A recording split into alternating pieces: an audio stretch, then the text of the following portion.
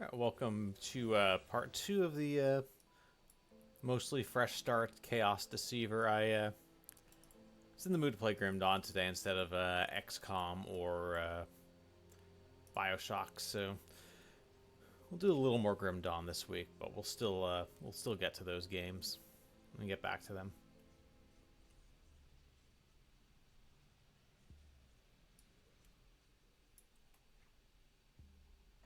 All right.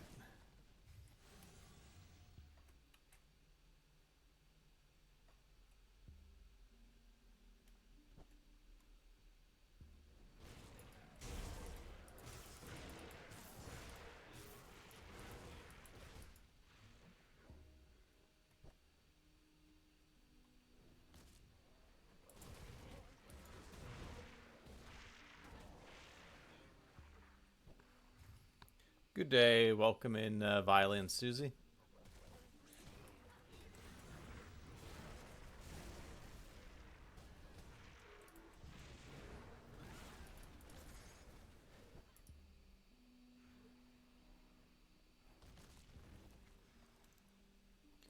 Yeah, I got on a few minutes early.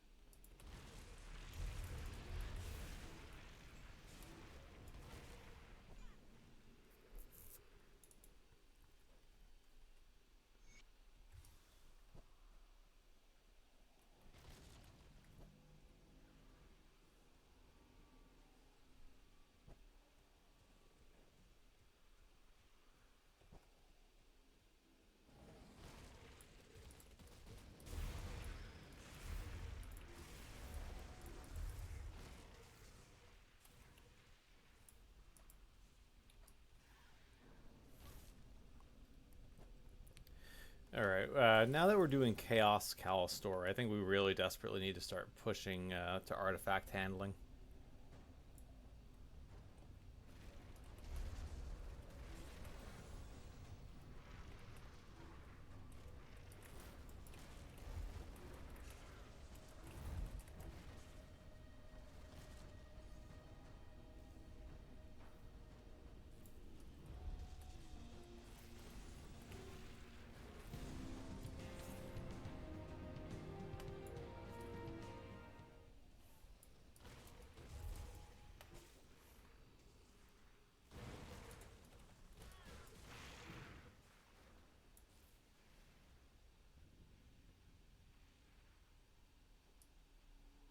Alright, let's actually put Sigil on right mouse. And we'll put Ward of Pain and Curse of Frailty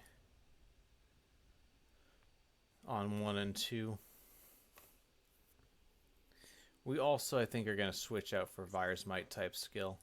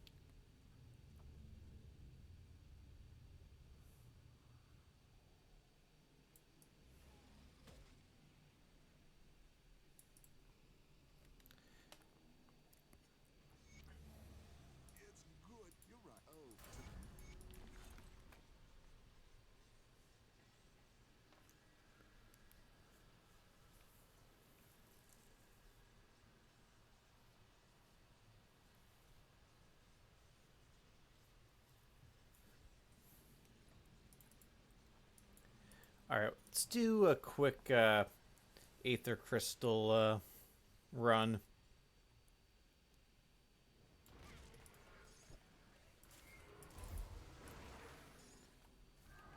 Hopefully we get a shard, because I think we need one for a shrine out in the Mammoth outskirts.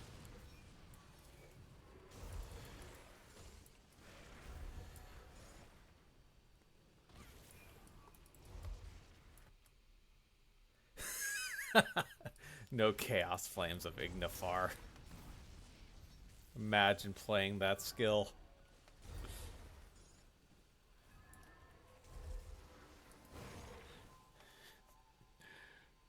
Yeah, welcome in, Morndale.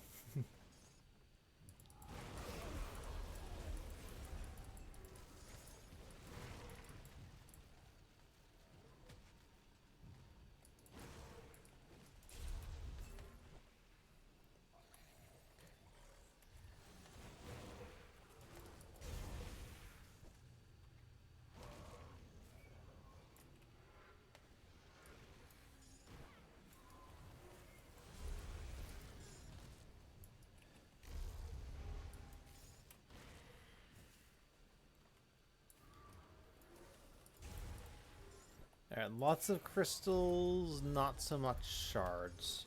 Yes, I know we can, and yes, I know we can craft shards, but I don't actually want to.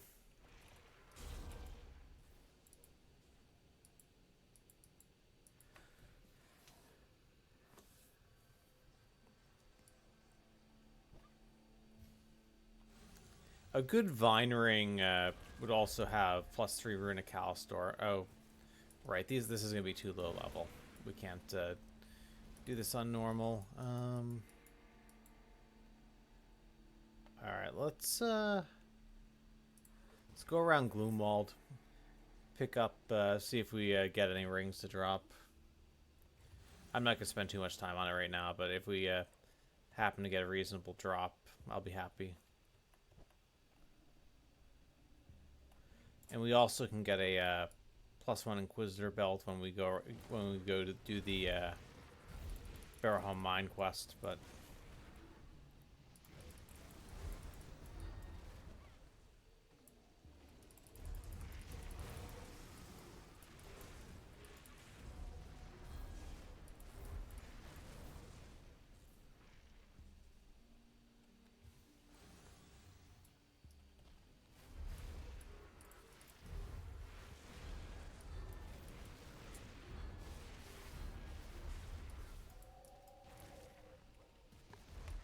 hey, Marzola, thanks for the raid. Much appreciated. How'd the lurking a little bit at the end, how'd the Final Fantasy finish up?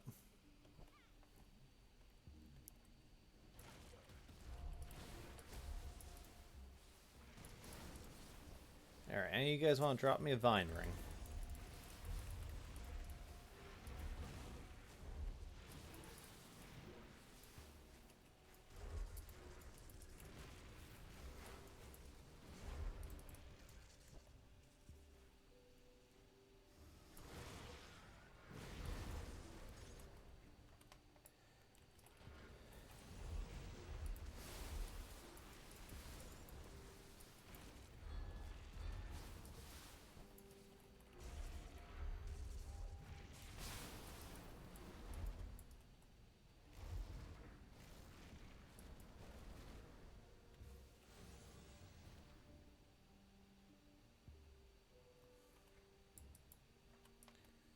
Alright, we did not get a lot of luck on that.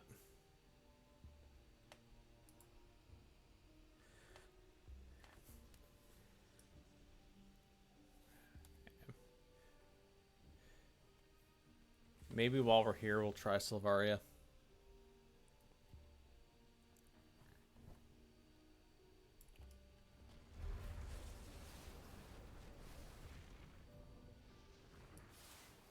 Living Ring.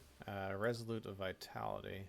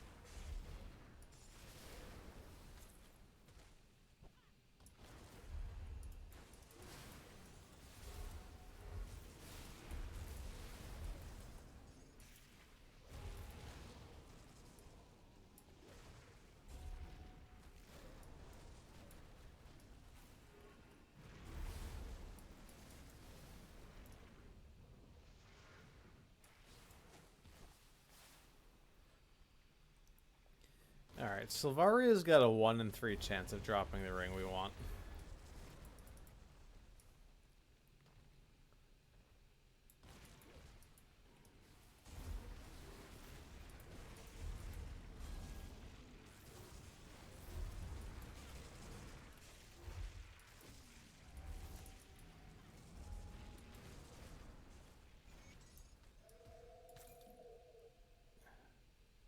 Okay.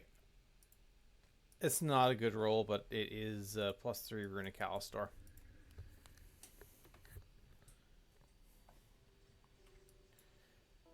Like, this is just... Resolute, I think, is just stun res, which I guess is okay. Poison, Elemental Vit, and... okay.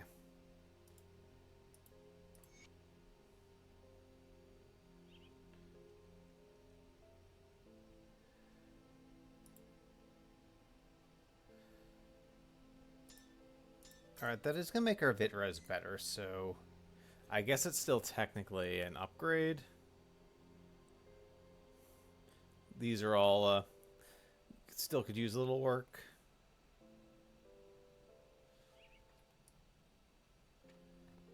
Let me see if we can even, okay,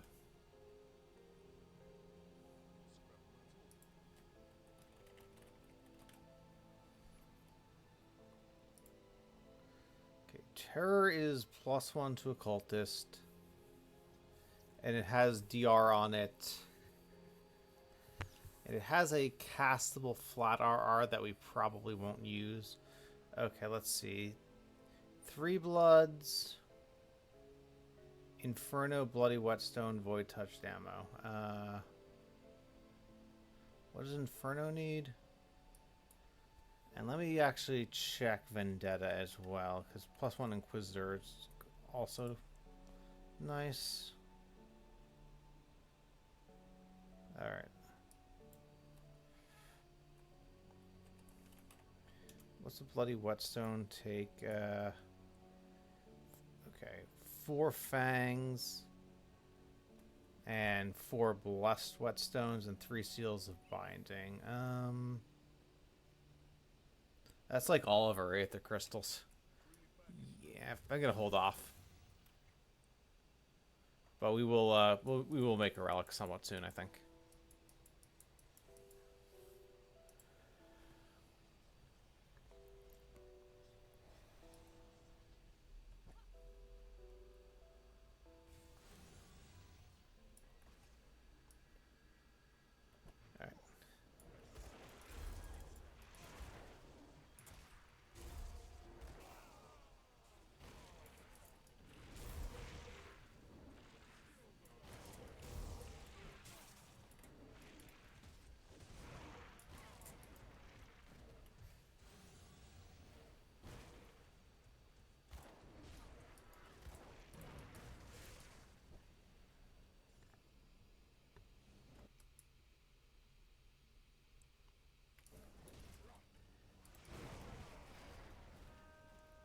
We won't make it all the way to 94, Morndell. We'll put it on before we move to Elite at the very latest.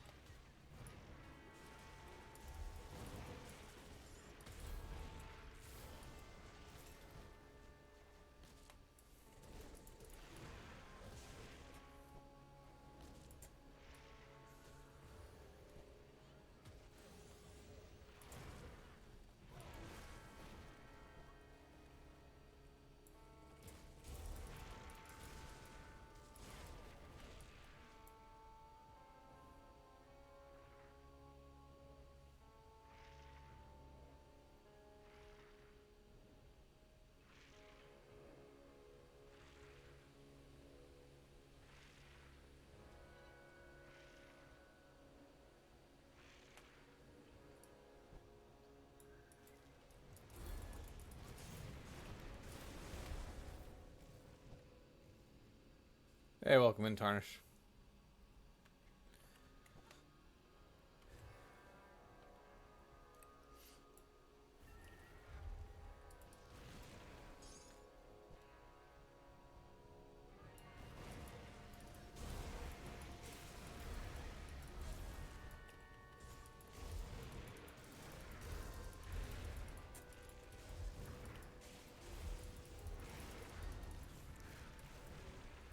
I guess we don't get a lot of clips around here.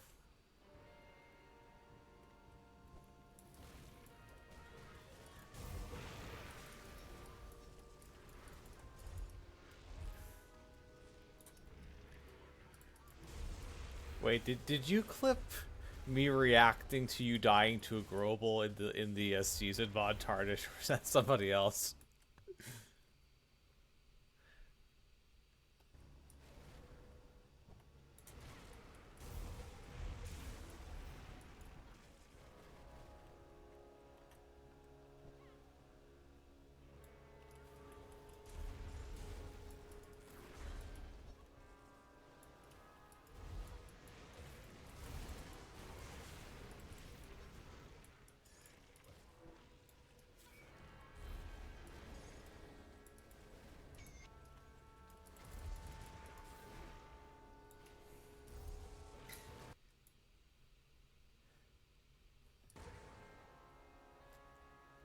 Is that one of those, like, something of the Venom Claw?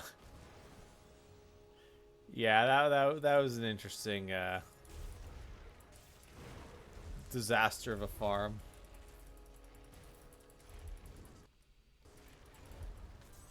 Oh, glad it's good busy. That's always nice.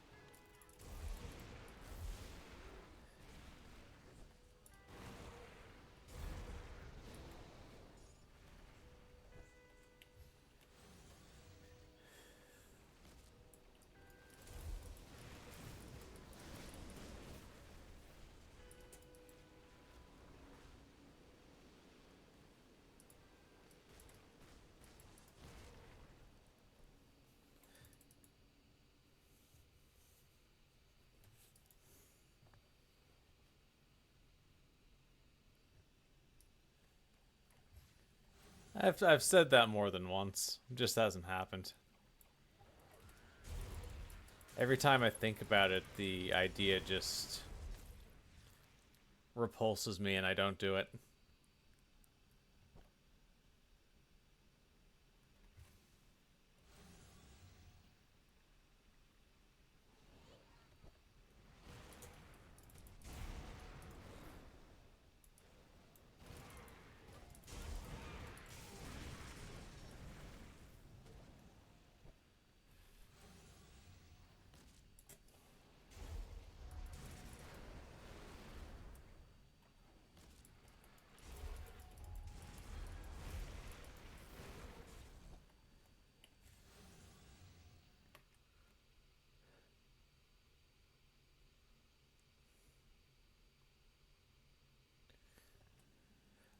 That's actually the one I'm closer to doing something like that, Viley. So I have a Fireblade Spirit conduit, and I have a Cold Guardian conduit. And it would 100% be a meme, and I would be doing it because it was a meme.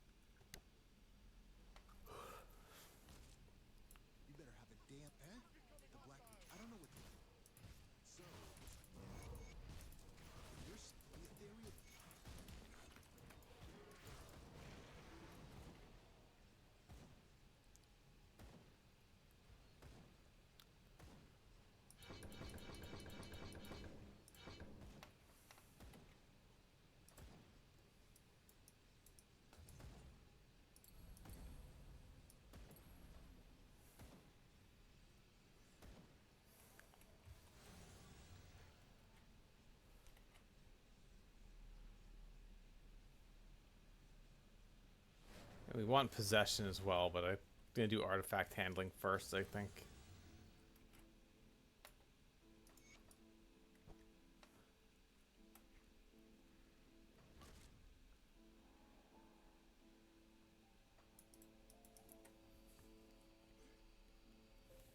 Yeah, definitely upgrade our explorer boots. Those are probably they're giving us bleed and trap res, which I guess trap res is useful.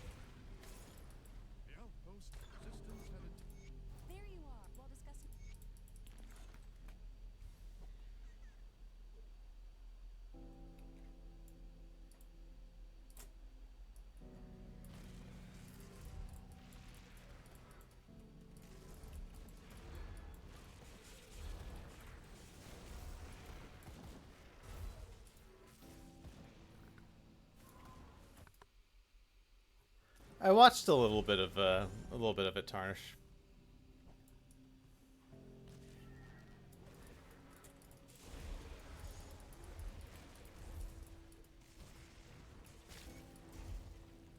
I'm not sure if Rect was out of practice or the builds are very clearly designed for softcore because they definitely felt squishy.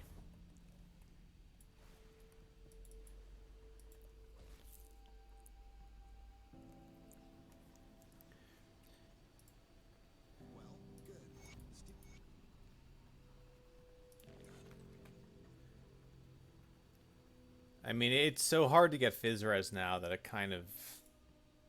It's not that shocking, but...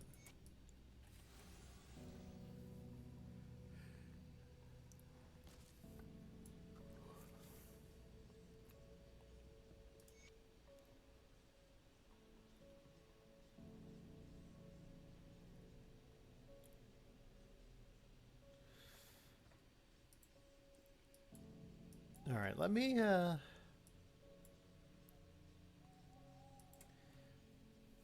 see if we can get a decent +1 Inquisitor medal.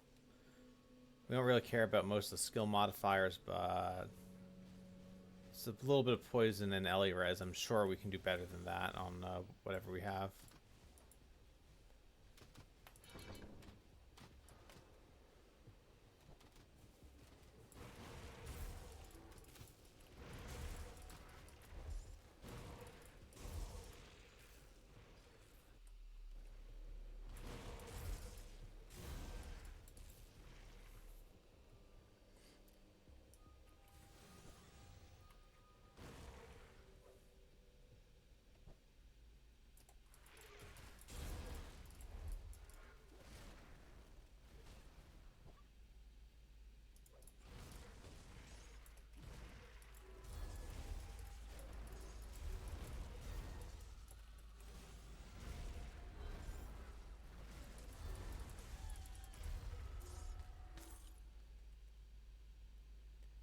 Charged of the Grove. Really?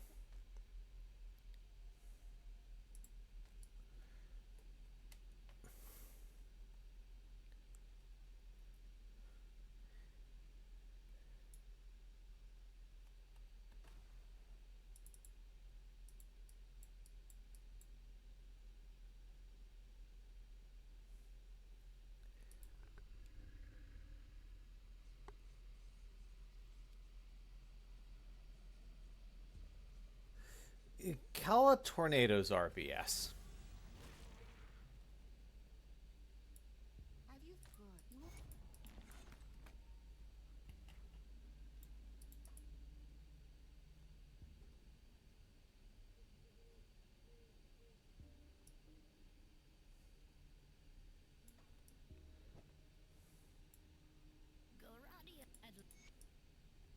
We're not going to do it right now, but we have that for later.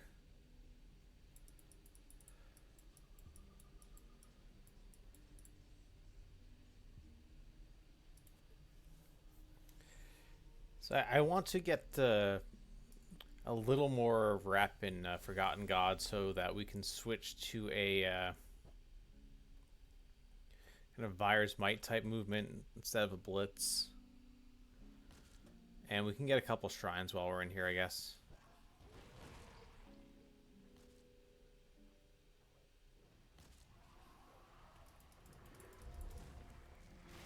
I'm definitely having flashbacks to trying to get the bloody Sandclaw Slicer. Oh, no, not the Sandclaw Slicer. The internal trauma, right, just for a gun.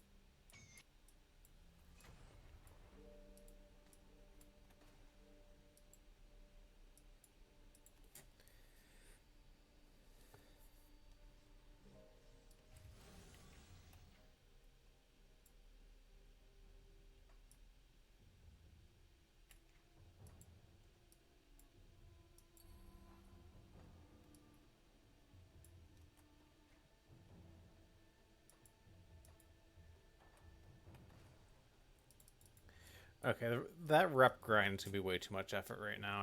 I can't make myself do it.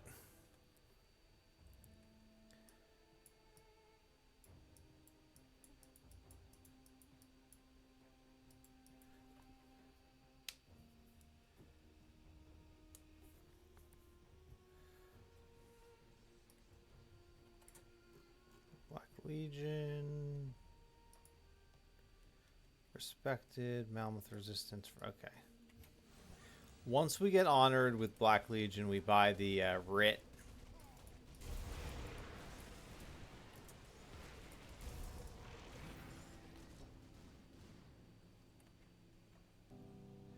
And we do the same for Mammoth resistance. Those are the main ones I care about at the moment.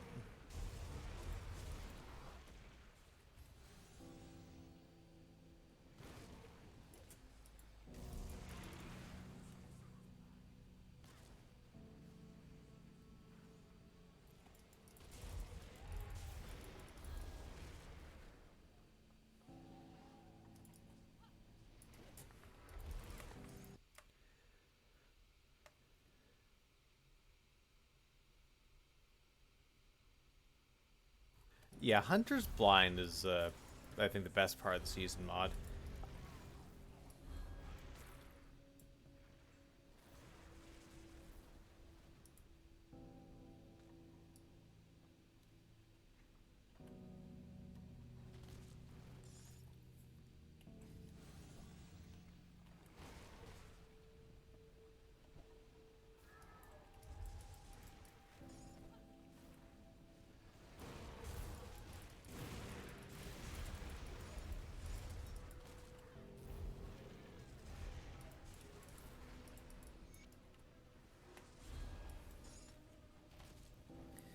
As much as I like some of the season mod stuff, there have just been too many balance and other changes for me, at least, to justify continuing to play on it.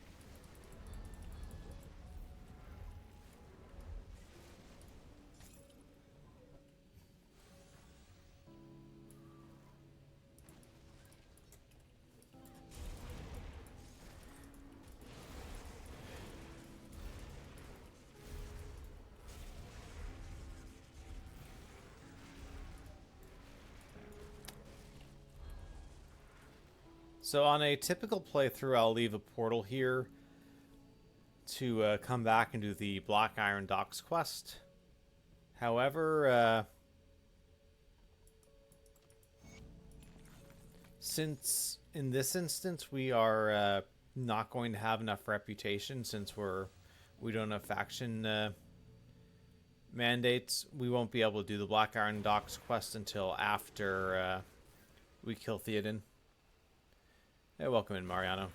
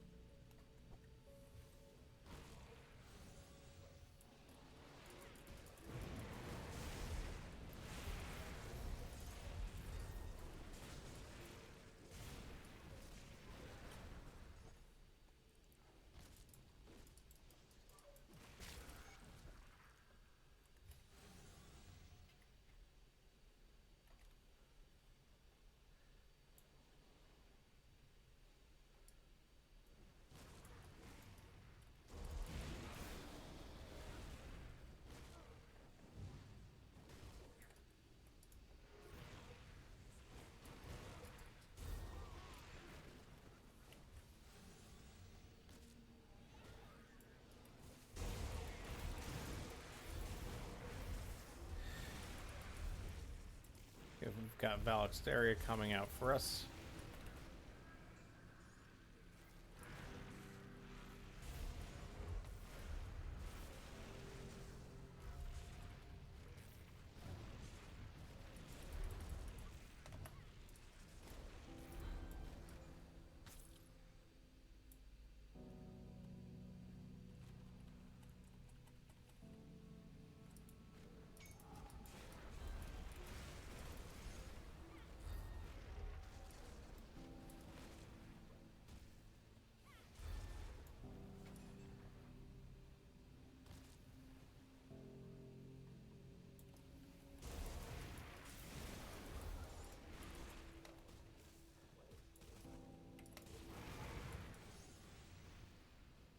What's up, Master Halls? Welcome in.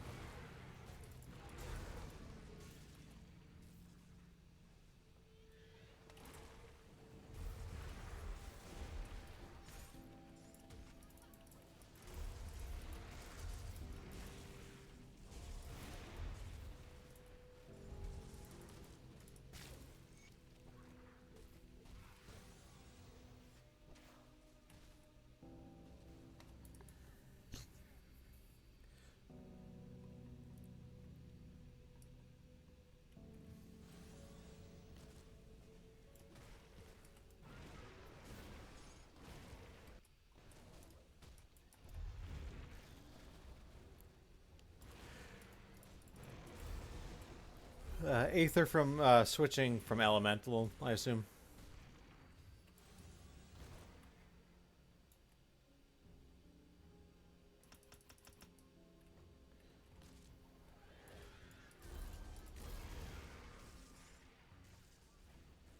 Oh, hold on.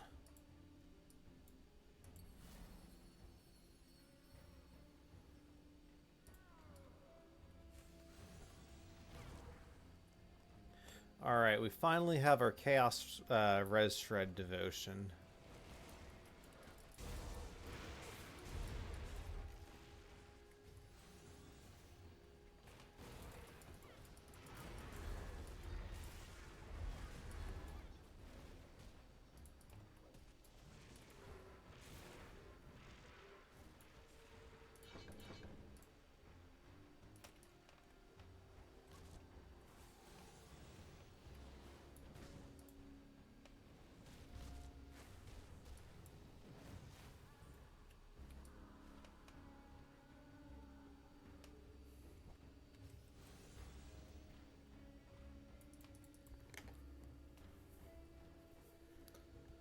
let's see. We got 28 devotion points on normal so far.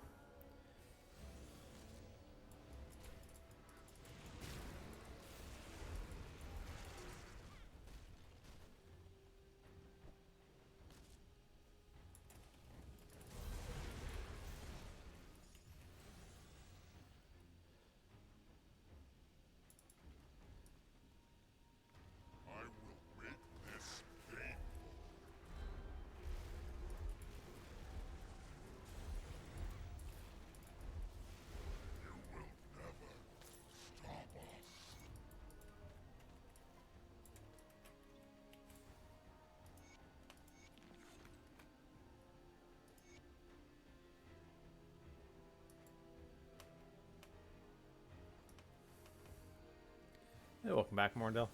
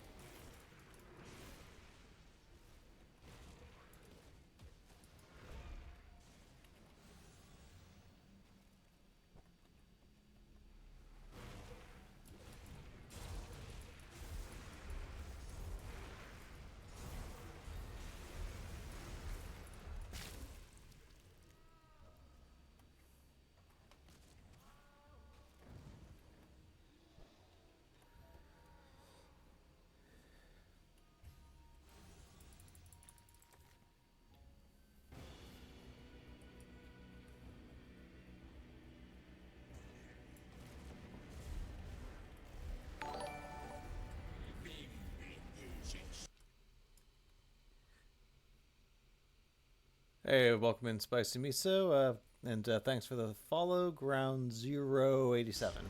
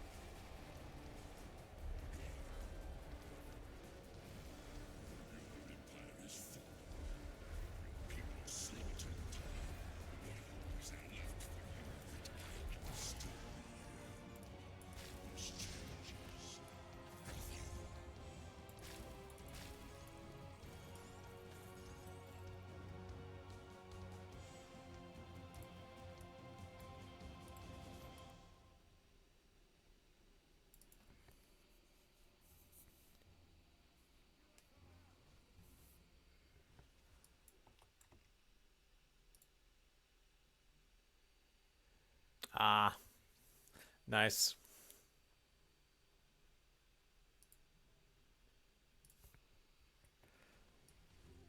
First law.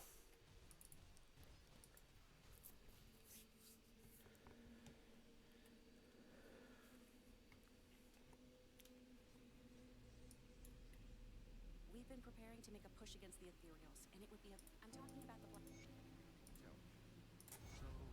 So we can't afford to underestimate our enemies. There is a real possibility that if...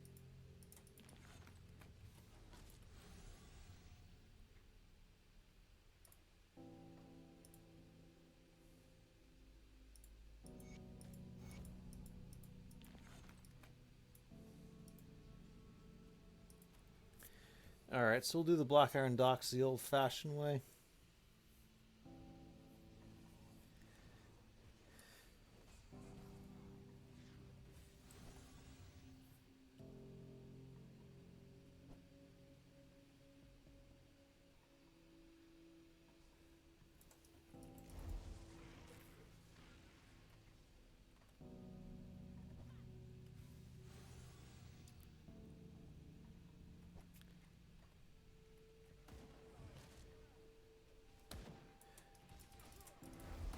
I think the writing and gaming trope of humanity uniting in the face of a greater threat is it's a very popular one.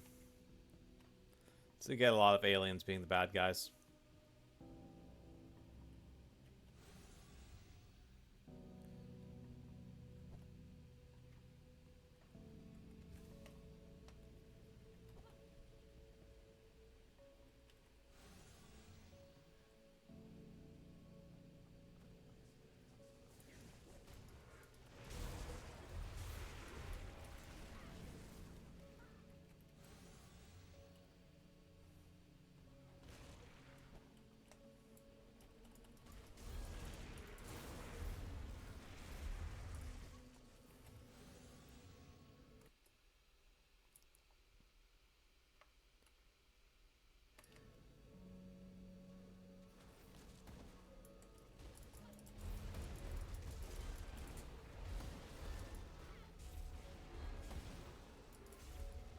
And there are cool alien species in Star Wars as well.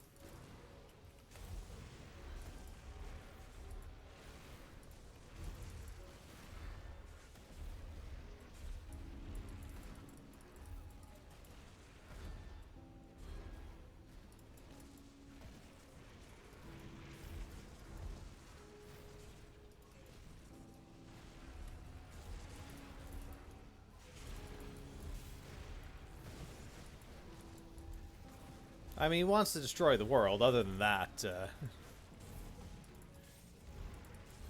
I guess he's alright.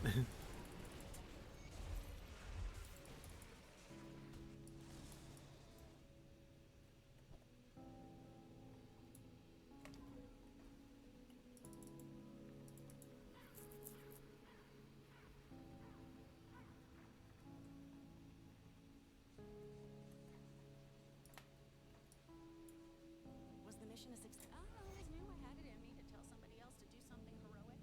For now.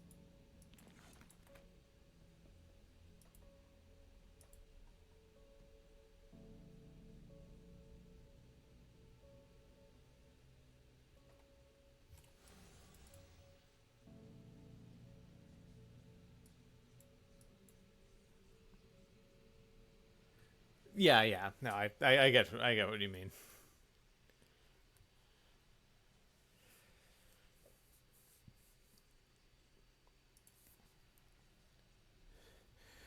Alright, so we can kill Janaxia on our way to Ancient Grove, where we're going to get a shrine. I never got into them.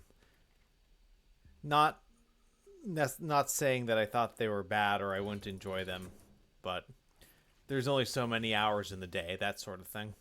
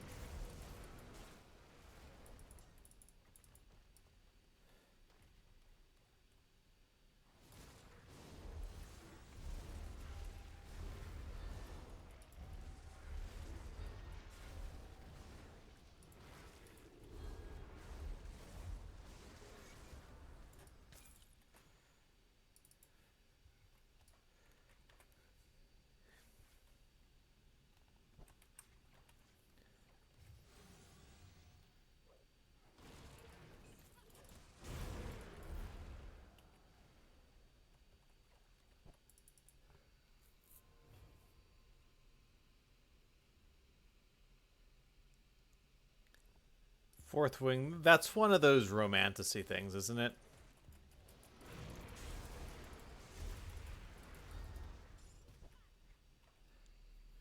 Is it Rebecca Yaros or something of those lines? I think I've heard of it.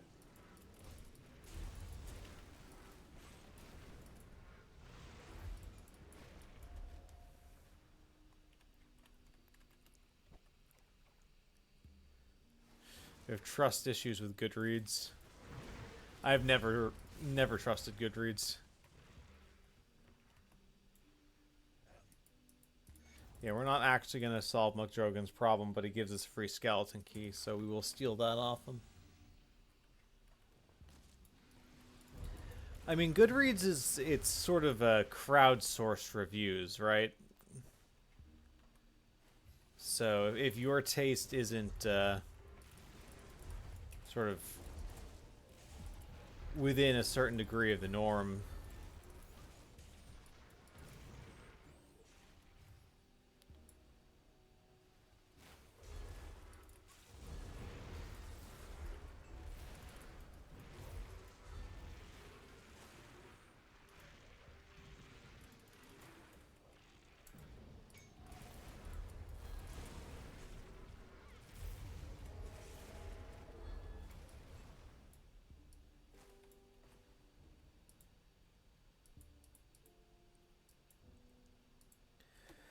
Alright, let's do the other Barrow Home quests, because I'm going to see if we get it'll probably be level 50 plus Inquisitor skill belt.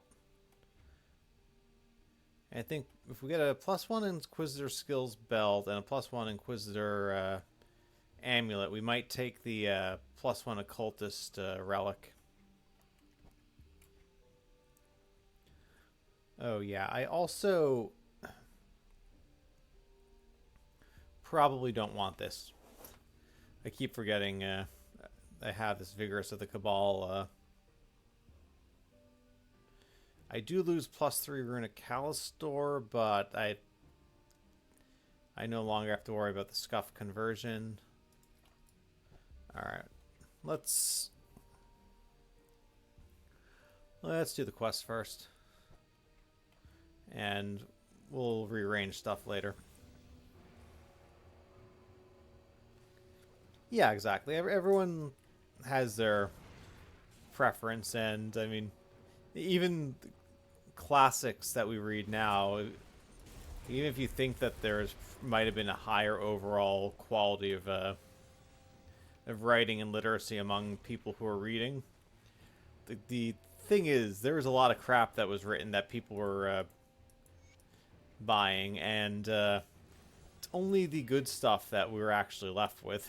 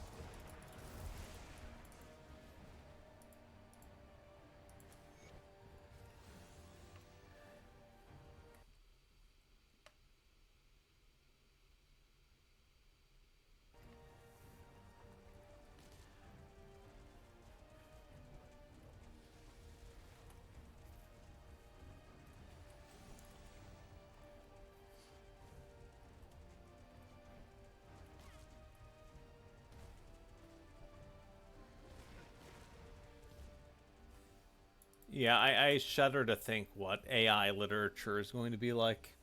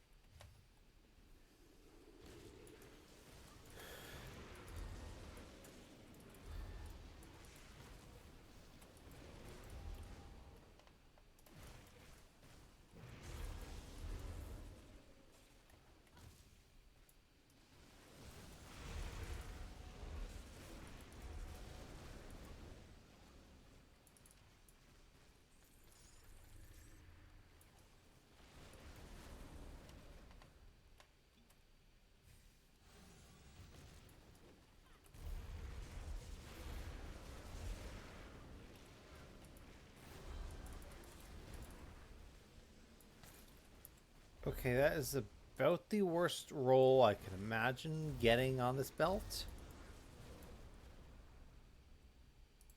Well, they're both pretty bad.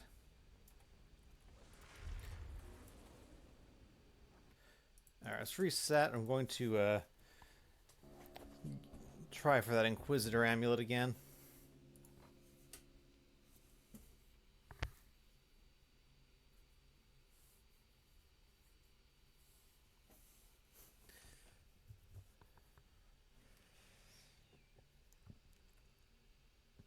Yeah, read more books. It's good for you. Builds character. Also builds critical thinking and all sorts of other valuable skills.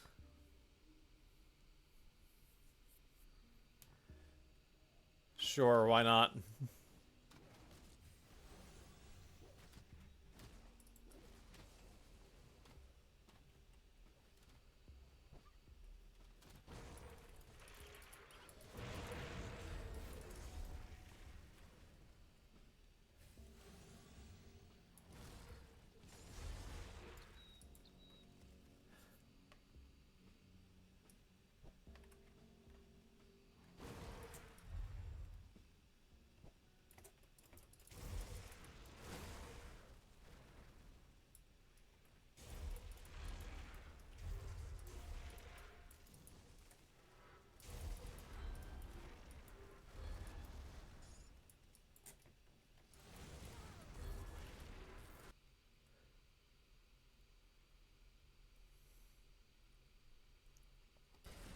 I mean,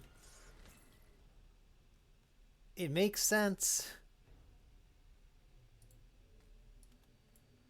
Okay, Magi's of attack. Hold on, let's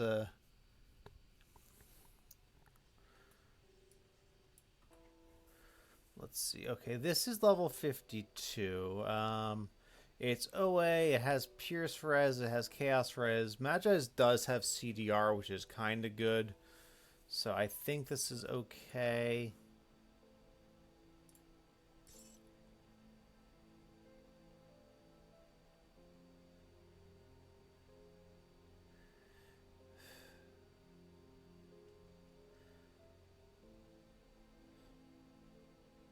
It is hard to describe how bad this belt is, but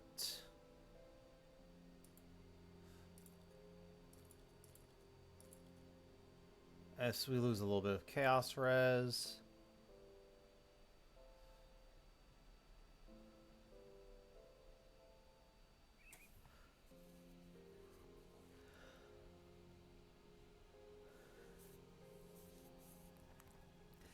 Yeah, there's a it moves in phases,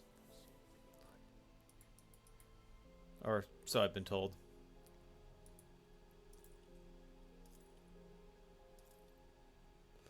Okay, we're going to use this. No. Runic bracers are a definite maybe.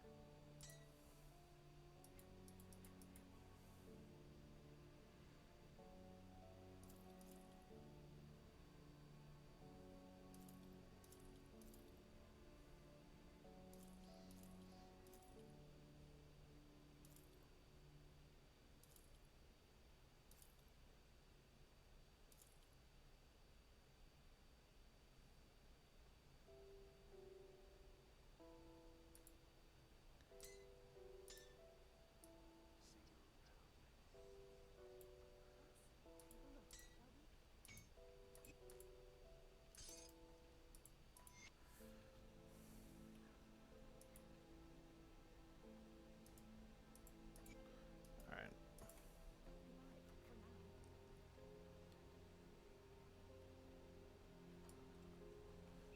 All right, let's keep selling stuff. Almost all of this is useless for us.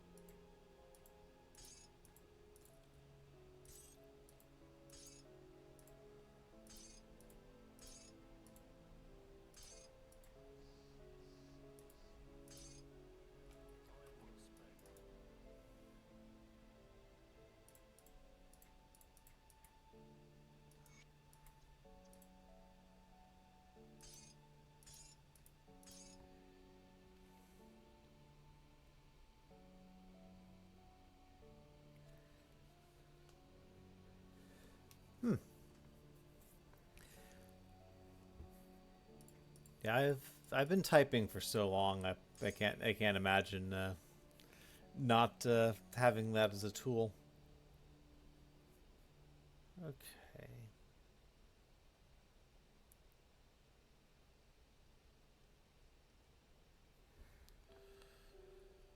All right. I think maybe we can afford this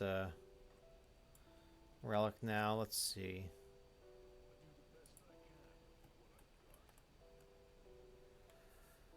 Hall of Fang, Chip Claw, and Serrated Spike.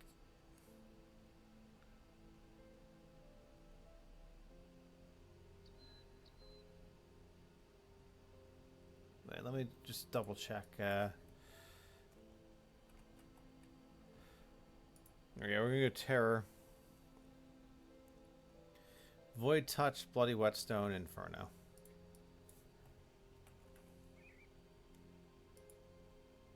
Roiling Blood. Wait, do I have Roiling? Yeah, I have. Now I have plenty of Roiling Blood.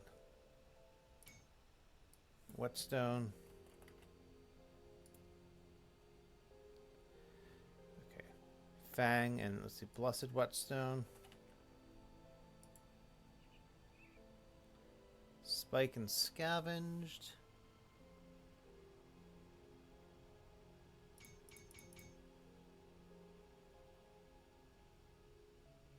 Oh.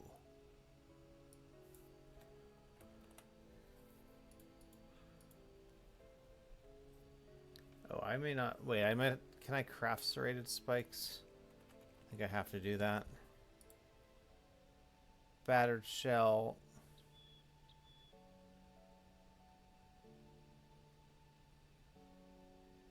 Serrated spike. Oh. Jawbone and emerald.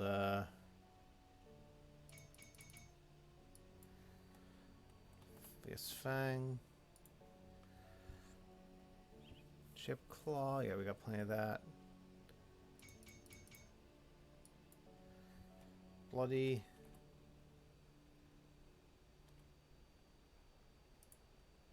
Three seals of binding. Inferno. Shell and scavenged. We need a rigid shell and blood.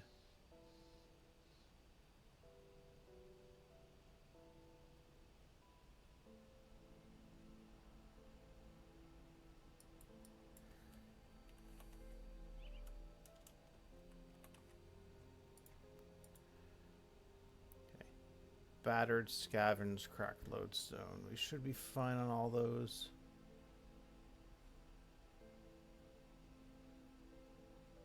Barely.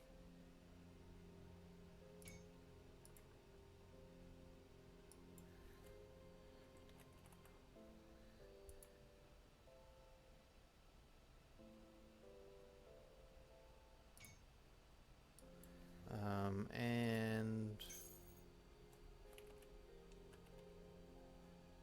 terror.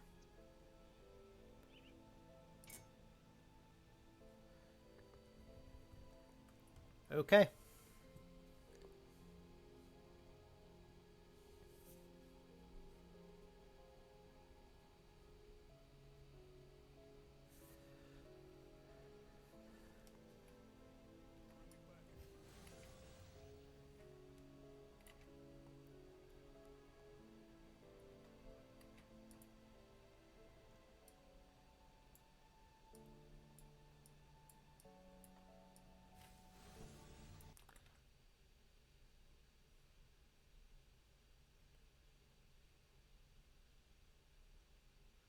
All right, I'm going to find the devotion map that we're going for.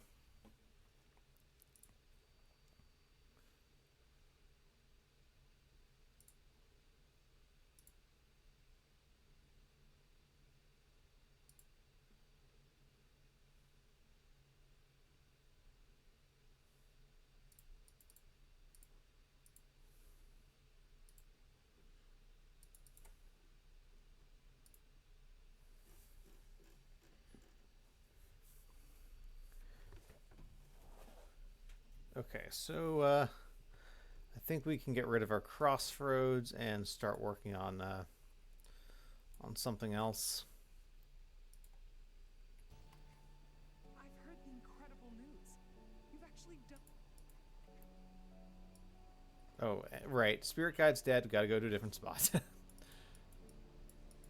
But we have a relic.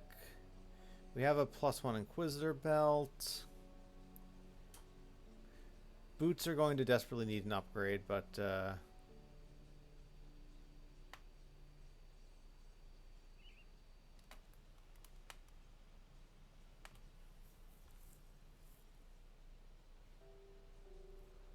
are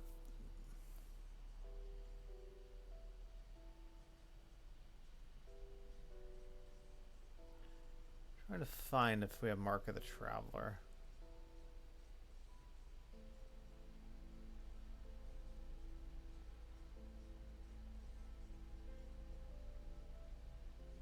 Yeah. Okay.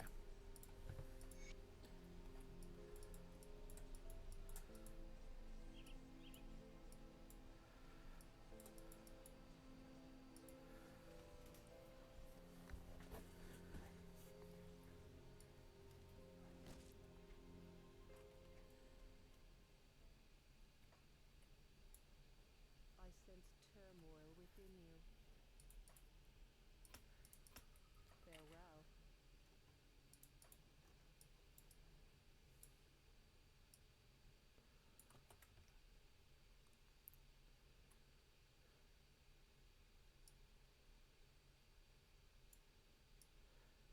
All right, I think we'll go A-bomb first. Let's take Hawk, and they'll take some other greens.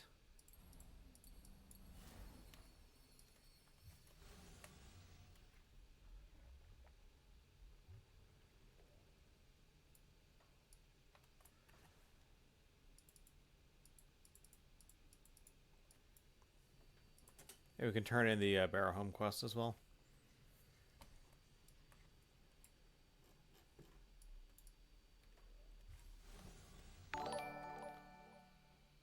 Hey, Farnsworth. It's been a while. Good to see you. Thanks for the sub. Welcome in.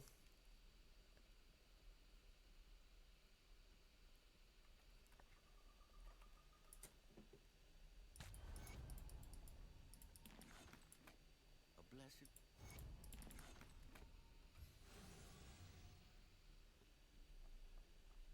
I am third. We've always had.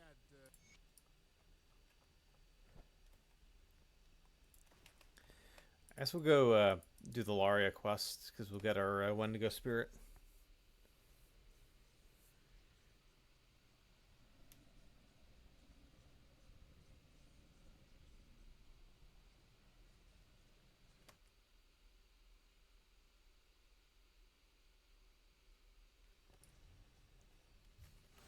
After Bioshock and XCOM, let's take a quick look in the library. I'm not 100% sure. There is a part of me that wants to start a big game like Pathfinder Wrath of the Righteous, but that's a huge commitment to undertake, so I might look to do something a little bit simpler. Maybe just play some Farthest Frontier, get a little bit better at that, or play a sandbox game of some sort.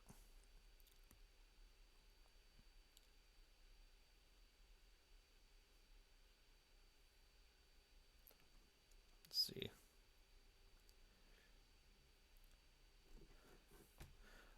I may also rediscover my love of Dishonored.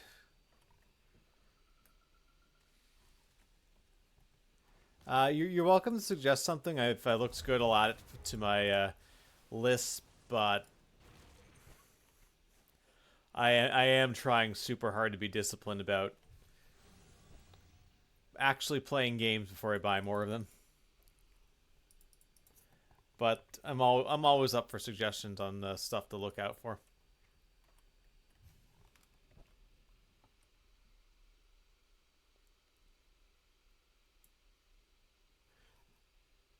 Yeah, UI changes have definitely been a thing. I don't know who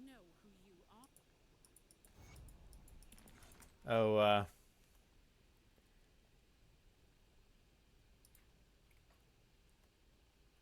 hang on.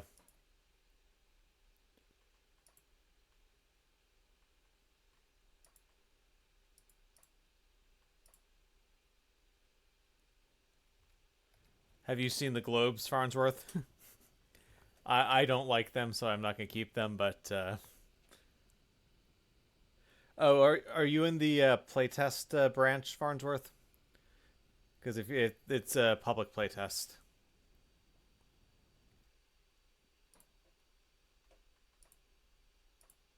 yeah, we're going back to classic HUD. Yeah, so if you wanted to, just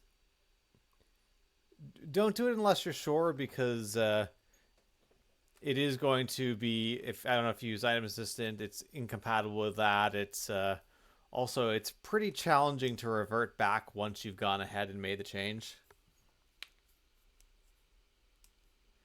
Forgot about reading notes, just got back into the game. Well, that's a fair approach too.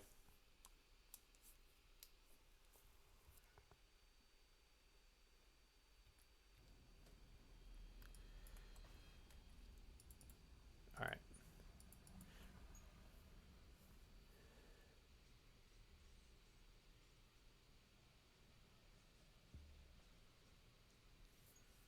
Dexmex Tex, welcome in.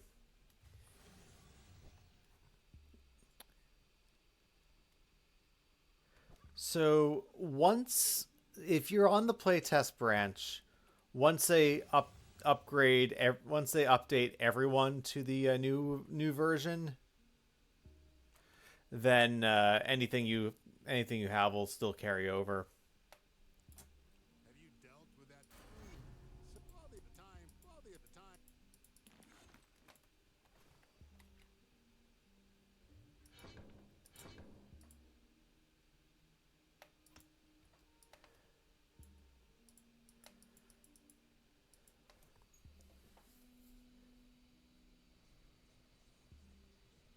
Ooh. I will make a note of that, Farnsworth. Thanks. So much to read, so little time.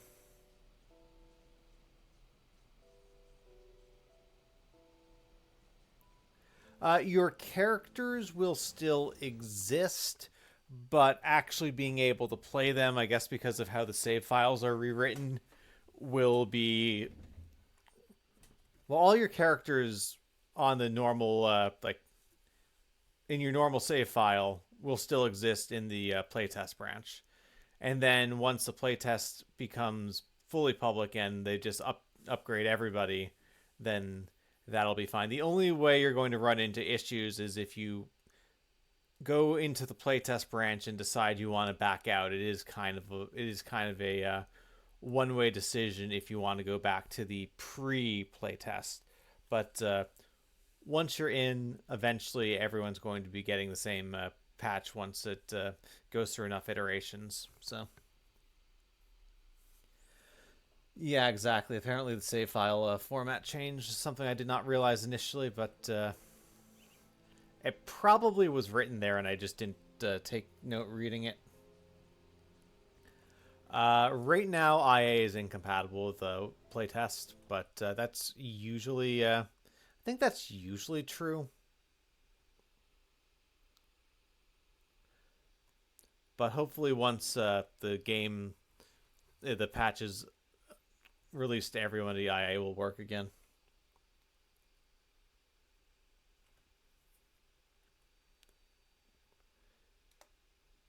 All right, what else can we do? We're level 48. I kind of want to hit level 50, put on some better gear. Is it? It appears to be you. Oh, they don't trust me enough to want me to do anything. All right.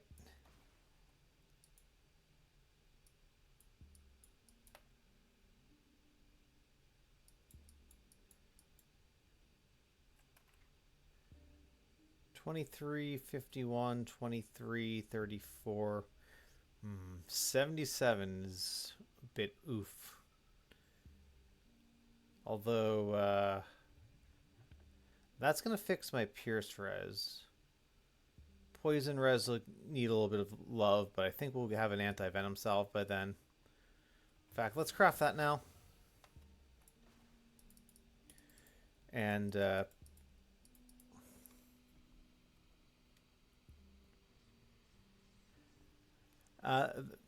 that's quite a statement because I thought the Expanse was excellent.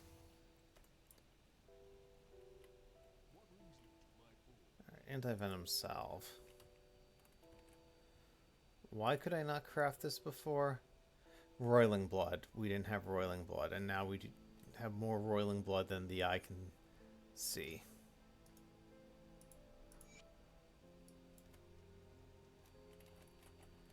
Let's put a scaled hide on pants. Scavenged and bristly. Yeah, okay, we have both of those. And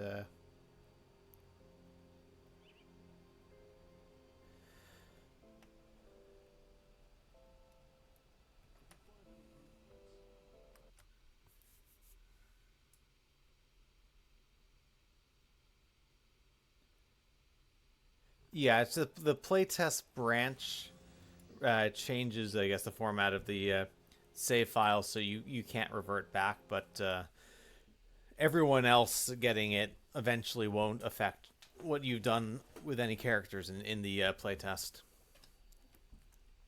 And eventually you're going to need to use the new version anyway, so it's not like you can stay on the old version and save file format indefinitely.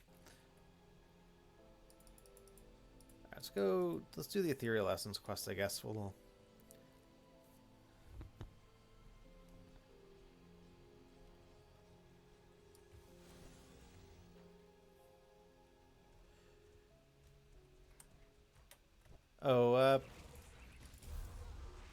Forgot Farnsworth. Are you have you read Stormlight Archive?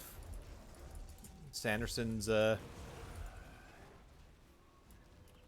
grand epic, so to speak.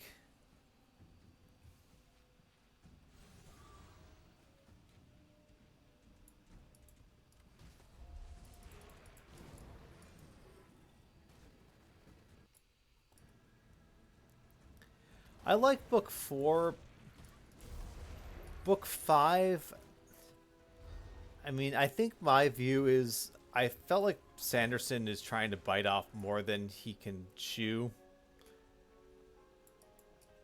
A little bit. He's trying to do too much, and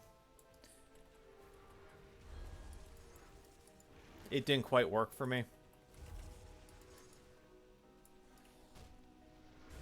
And I thought a couple of the ideas, while I appreciate where they were coming from, I wasn't sure how I felt about the execution.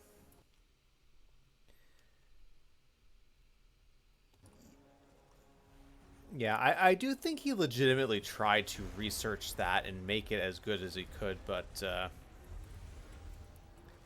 they did spend maybe a little bit too much time on it.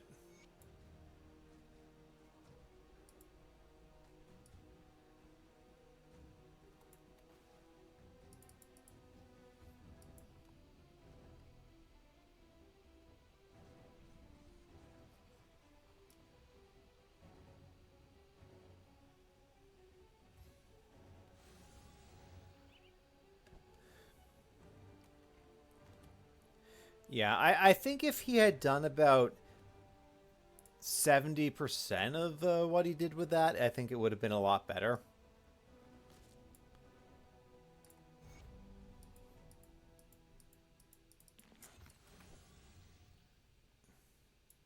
I don't think we're going to do this quest, but just in case, we'll pick it up.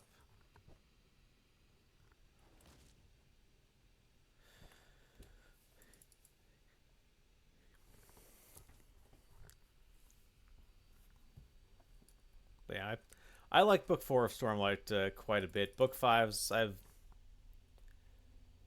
it had its moments. I I enjoyed it still, but I do think the first four books were noticeably more enjoyable.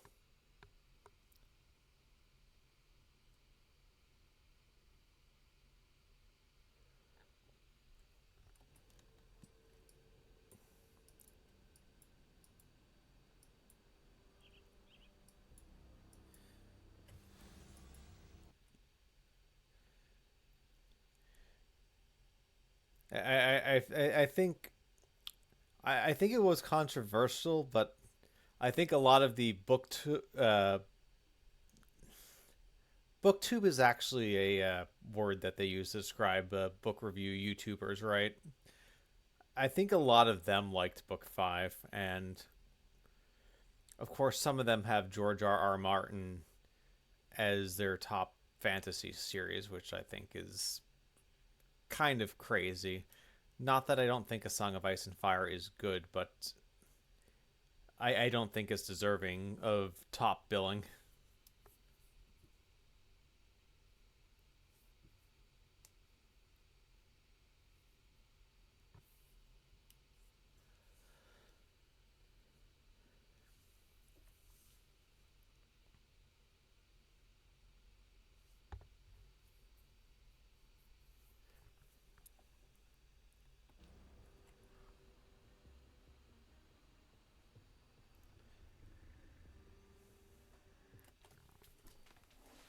Well, you're going to have to explain what you mean by that, Miso. Are you. Because I think there's. Without you can make an argument that without Lord of the Rings, a lot of this other stuff doesn't exist. And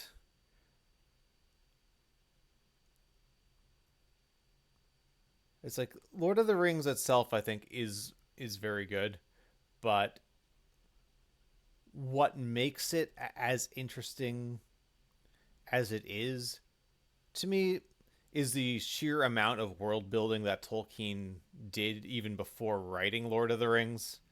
Where when you have, I think he didn't finish it, but I think his son finished and put together his writings into the Silmarillion, and there's entire histories of Middle Earth, falls of kingdoms, and so forth. I think the Tolkien Middle Earth canon, just for its sheer ambition, depth of imagination, and how it inspired everyone else, to me that has to be number one. I can see not putting specifically just Lord of the Rings at number one.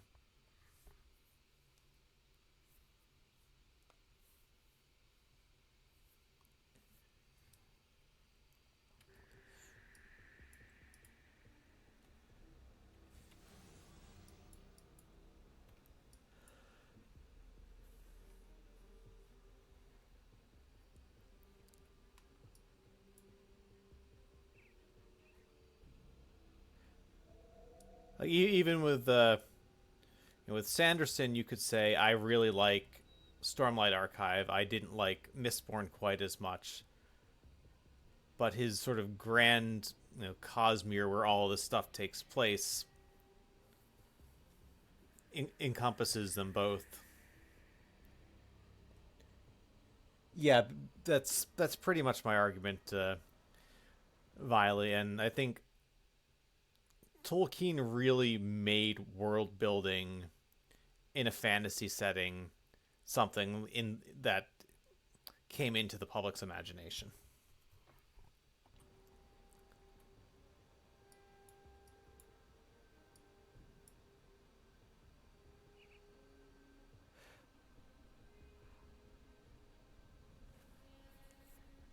Like in terms of actual amount of action, there's a lot more action in most modern fantasy, but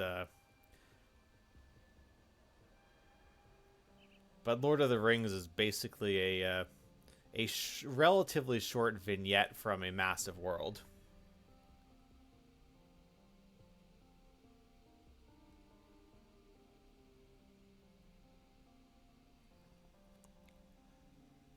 I mean, if we're yeah, and if we're talking also, yeah, we're talking about enjoyment of reading.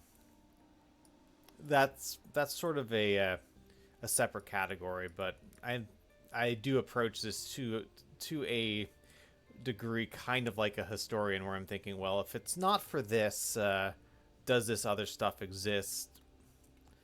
And you get a certain amount of credit for kind of essentially creating a genre. Uh, let's do a little Forgotten Gods. Try to get a couple levels.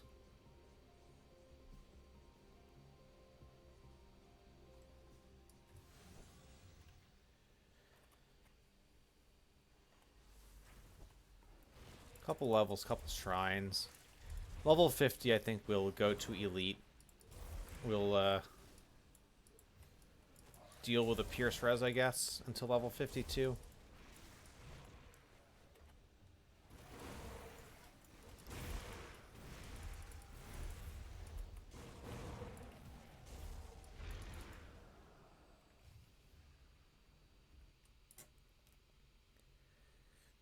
Yeah, rankings are absolutely inherently subjective.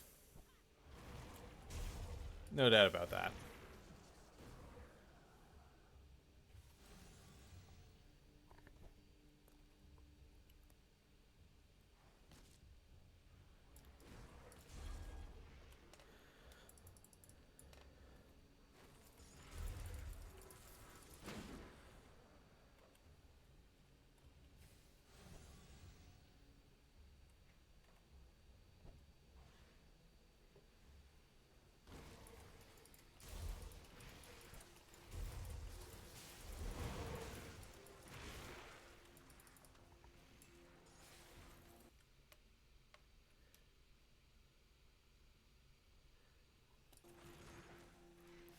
Yeah, and I think Middle Earth is just so much grander in scope than Narnia could even dream of being. And I like C.S. Lewis, but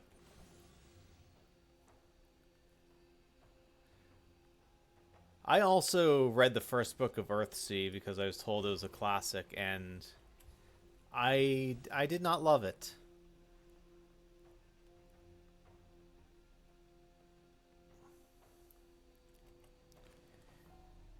And I feel a little bit guilty saying that.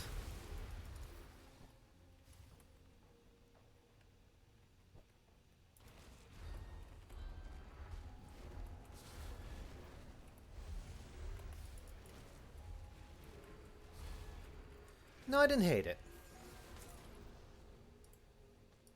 It was fine.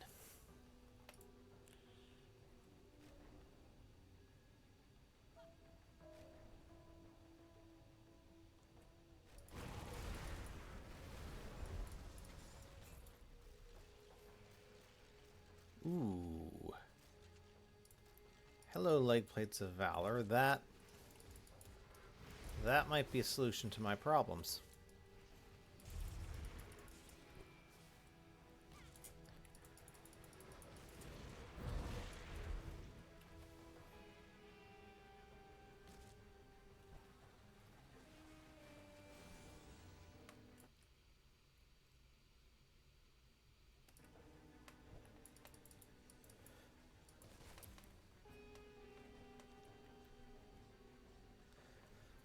Yeah, it's also with Lord of the Rings. It's the I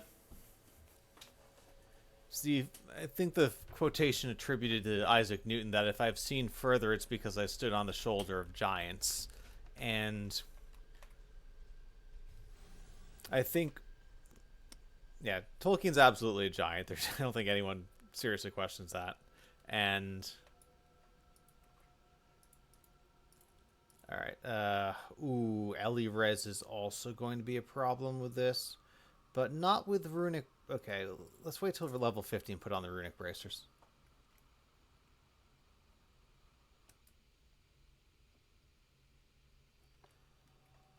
Okay. Yeah. I forget how slow leveling is when you're doing SSF. It's it's fine, but it's definitely it's an adjustment.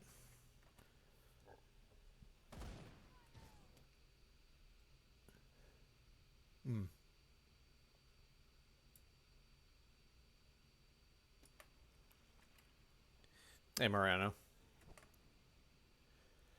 I got it showed up yesterday morning in the library, but I got the first book of Malazan. Um, I didn't get to pick it up today. I'll pick it up tomorrow. The library was closed Sunday, or I would have done it then.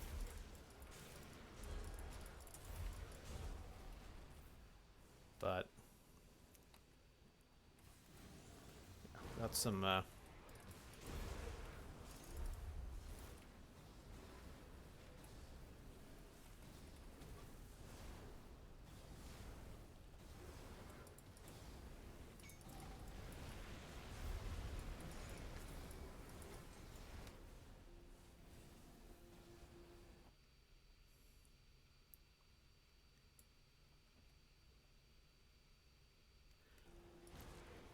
I'm about to start Miso, but my gosh, I have so much stuff I want to read, and to say nothing of the time that I'm spending on writing, which is great to be able to do. Don't get me wrong, but you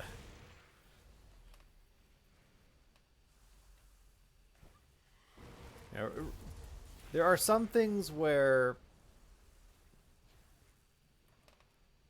I don't love the process, and I wouldn't mind just getting to endgame. But for me, reading a book and discovering the new worlds and everything is such a critical part of the process.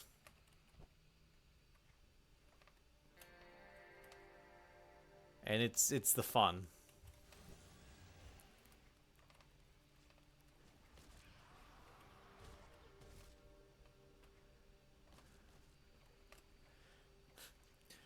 Although sometimes I have to try very hard to turn off my combination of writer brain and what I've learned just from as much as what I've read in the past, because you could very easily go read a book and say, "Oh, so this is the character that's going to die. Got it? All right." And then a lot of times you make those predictions, and just because the structures of these books really, most of them aren't that different. They're different. They play around with different worlds and different ideas and different themes to an extent, but a lot of character archetypes are often predictable, even for good writers. Like it's not that you're a bad writer, so you're predictable. Sometimes just the nature of the art is that it's predictable.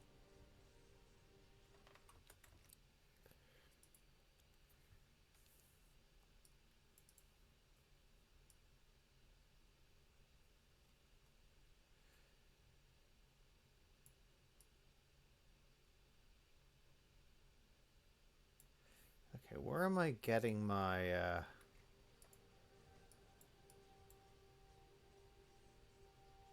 9?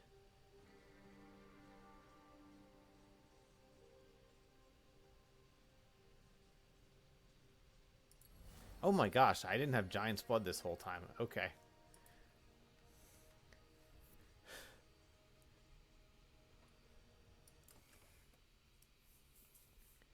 Yeah, being thrown for a loop is not fun. A good curveball is good is nice though.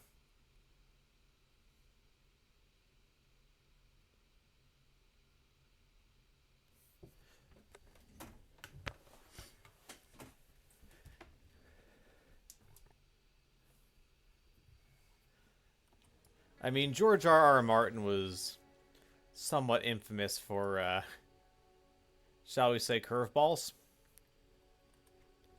I believe the pretentious way of describing it is subverting expectations.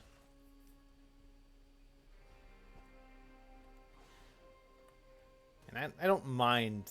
I don't mind that phrase. It works perfectly fine, but sometimes it feels like you're the people who are using it most often are those annoying critic types who have to tell you why you're wrong to not like stuff. And those people can go pound sand.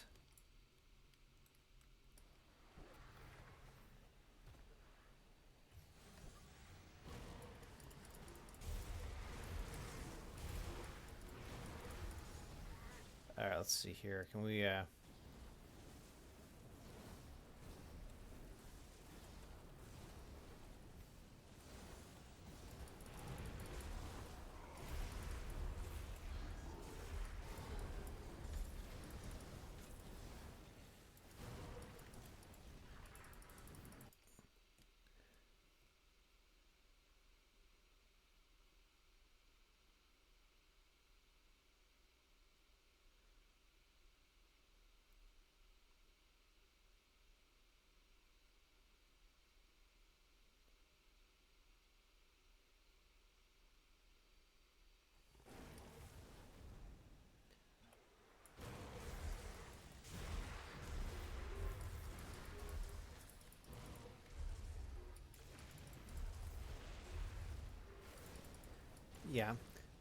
I mean, I think you can appreciate someone's contributions while not enjoying their work.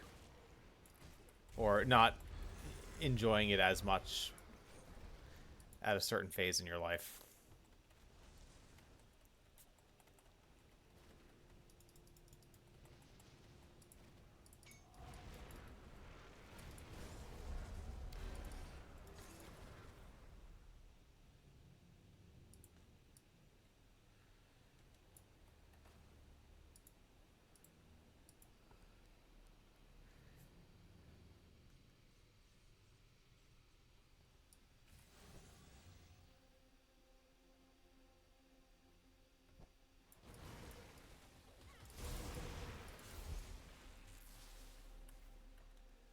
Alright, so in general, I think Forgotten Gods is not the way to go for really anything on normal. We're probably going to have a slower than...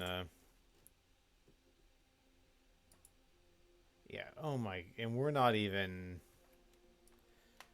Like, we're not even close to friendly.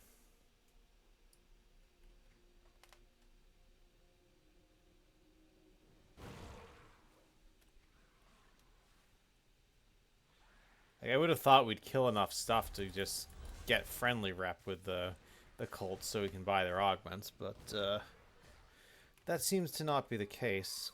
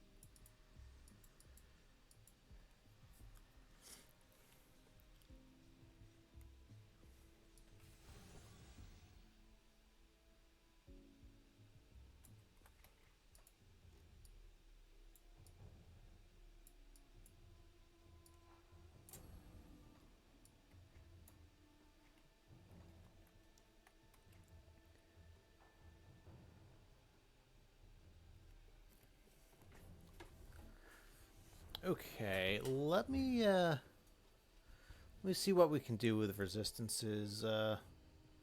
These are fine.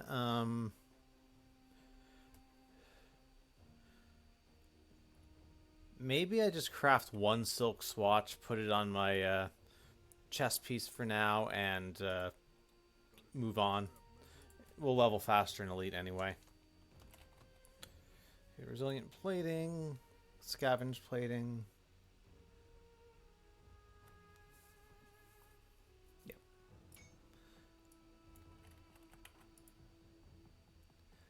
Serrated spike and resilient plating. Alright. Good enough.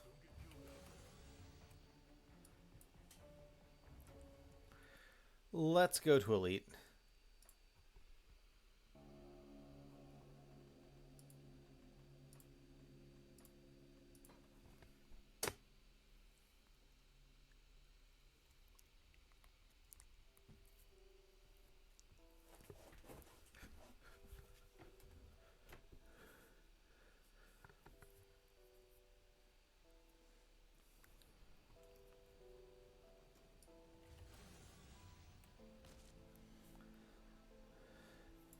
You're not looking too bad for some of the bodies you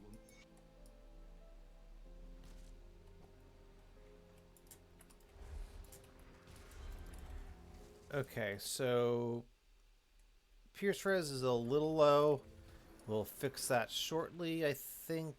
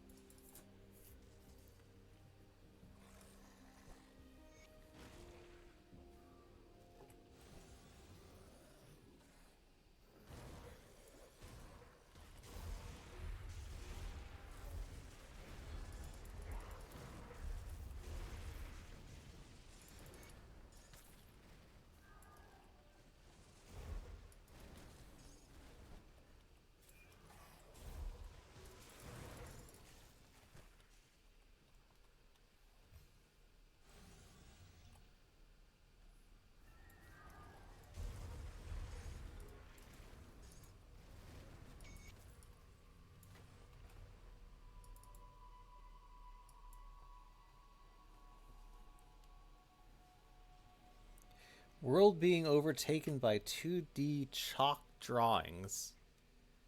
I'm not even sure how to react to that, Farnsworth. That's definitely one of the ideas of all time.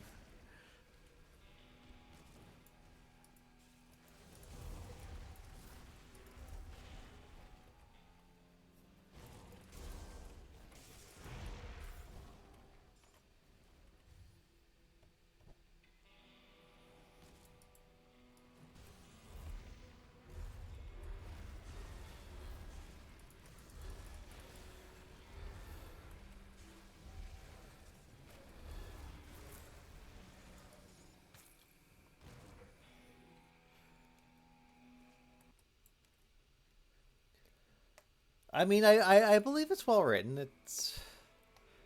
And I'll it's a relatively short book by Sanderson standards, I'm guessing.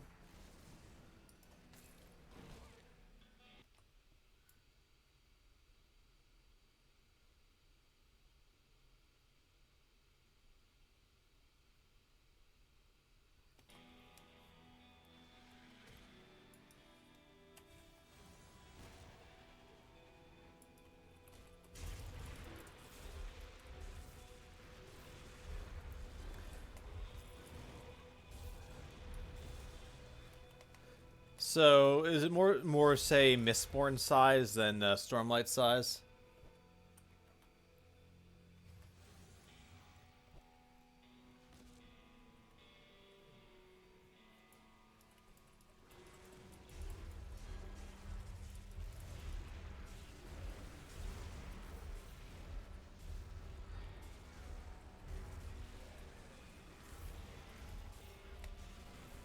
All right, that's helpful.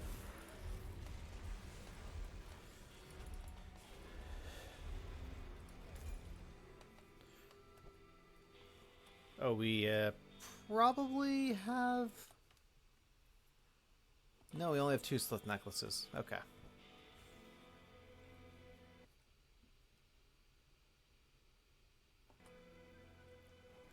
I guess Sanderson recently did some sort of a deal with Apple TV.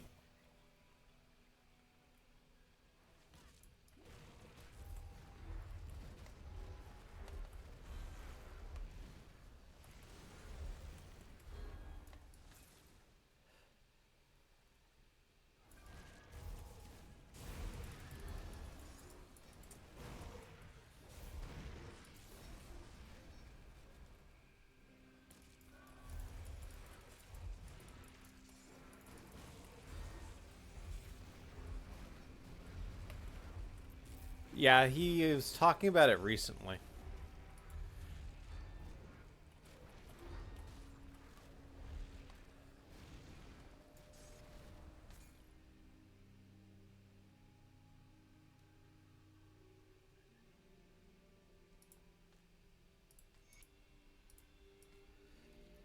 So I'm guessing he's getting or trying to get something adapted, and he's finally decided that he's found someone he wants to work with.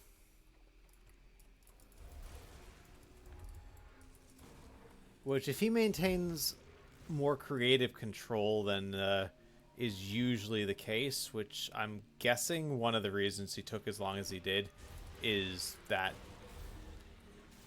he doesn't want some random person obliterating his story.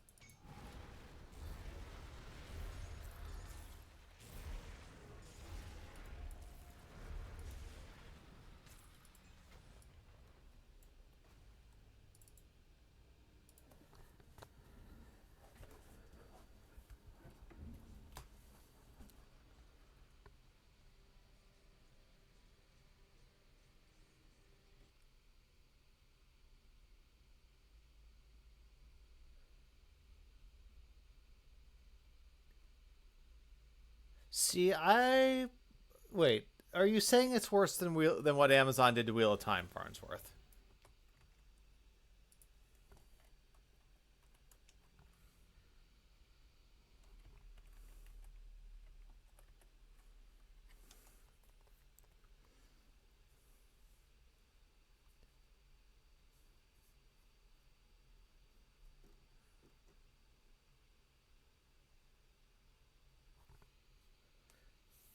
Ouch.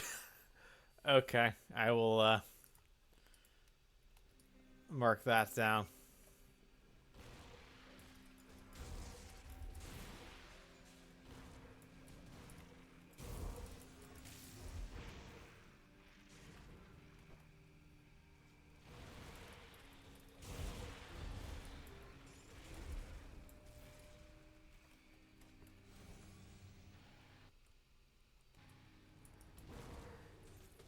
Yeah.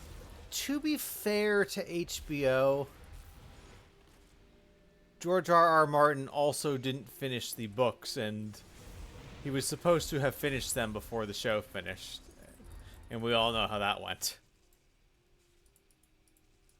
I mean, some of the choices made by the showrunners are still pretty darn dreadful, even independent of any plot devices that might have been Martin's fault. But the show took a distinct dive downhill after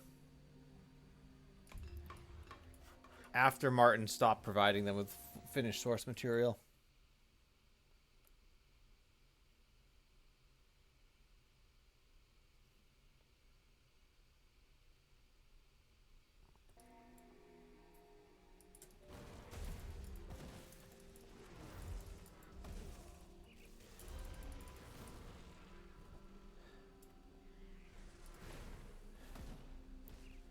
I might have to rewatch. Well,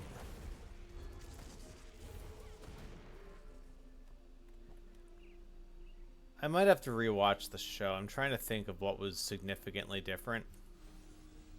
Oh, hello, travel.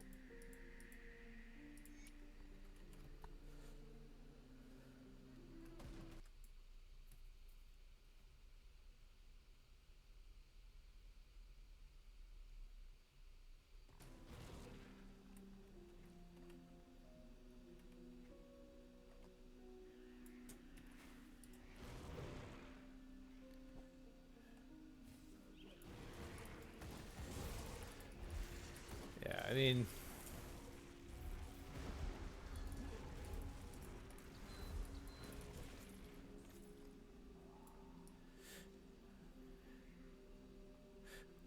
Move along now.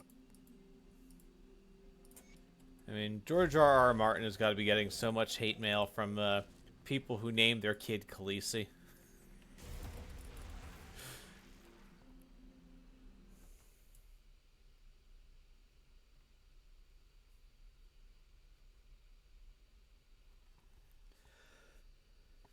Mm.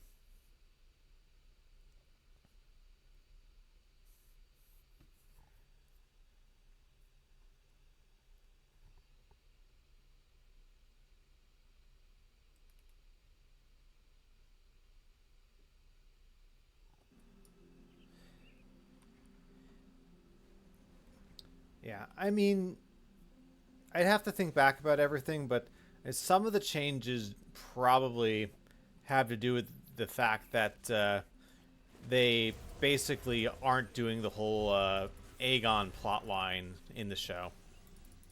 So, and there are other characters that got combined that sort of mess with things.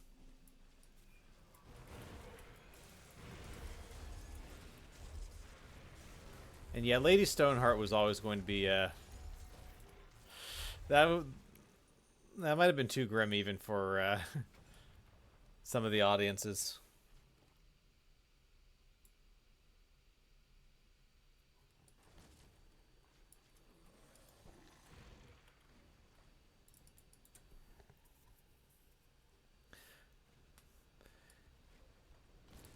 Bullied or saying, "Hey, mom, dad, why did you name me after a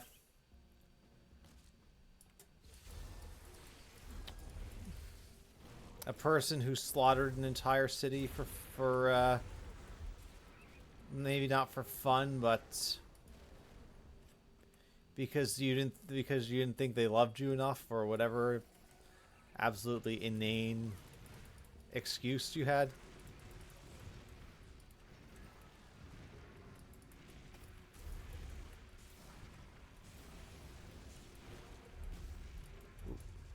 It's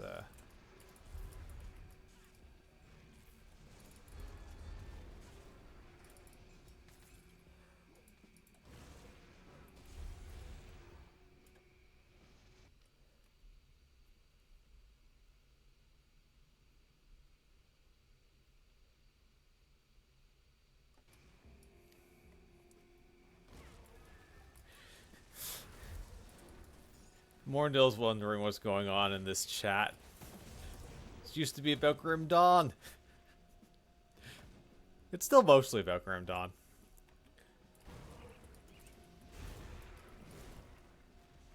But as I'm writing and reading more, I'm in the mood to rant about some stuff occasionally.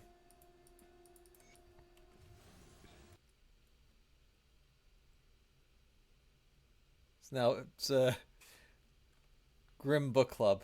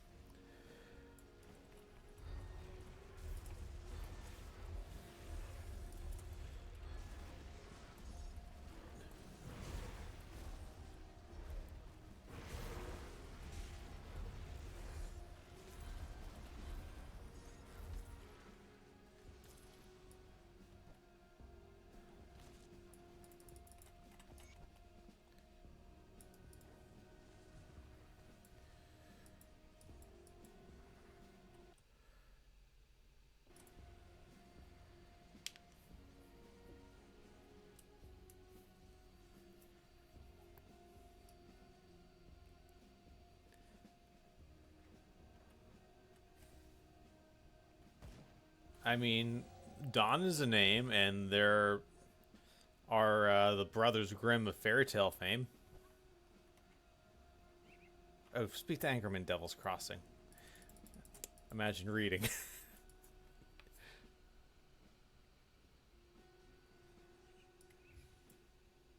dead attacks of I need some time to plan it. Welcome to Grief. You don't remember it. Well, if you really want to be clever, and your last name was Grimm, you could name a kid Don.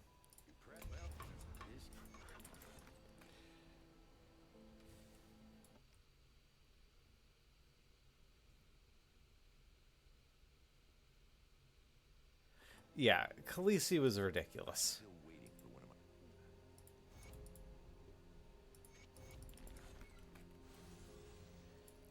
What do you want? It's like this character is supposed to be a cautionary tale and a lesson to make you feel stupid later, not something to name your kid after.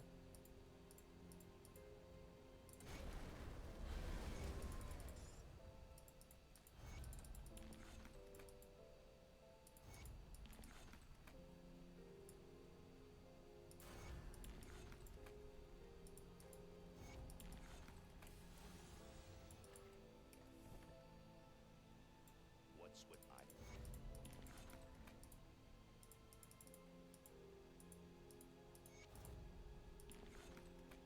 Oh, did I not kill one of them? Okay, Negan. You need to go die now because I'm not leaving this quest undone.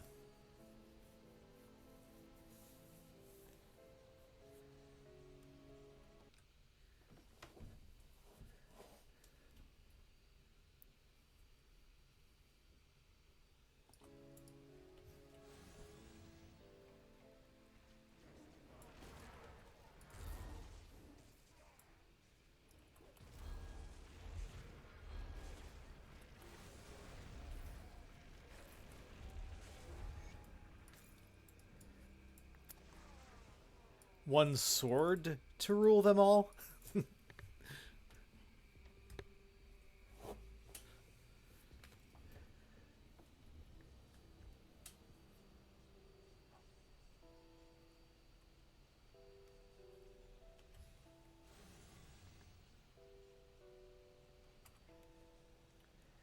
Alright, so we're going to take the Leg Plates of Valor. We are going to take Runic Bracers. How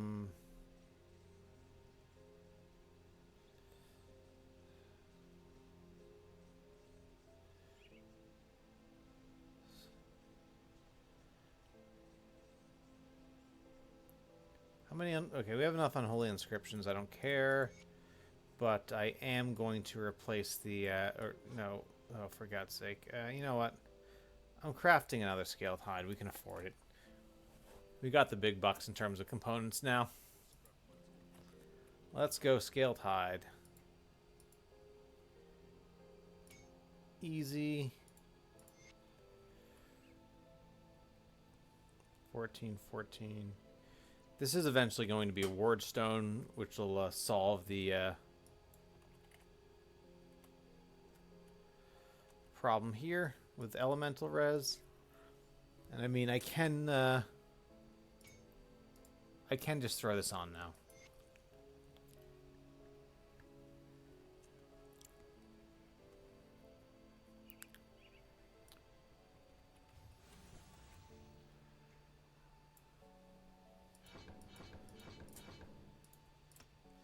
Okay, we have some points in possession. Let's throw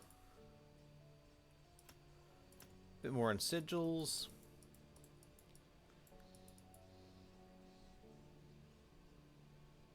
Oh, and return this guy.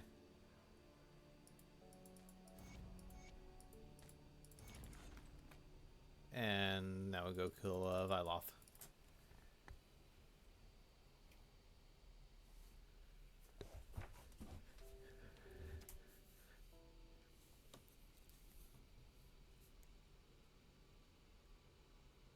No, if it says Ashes of Malmouth and Grim Tools, it just means it was introduced with that game, with the exception of a few things that are designed to be target farmable legendaries.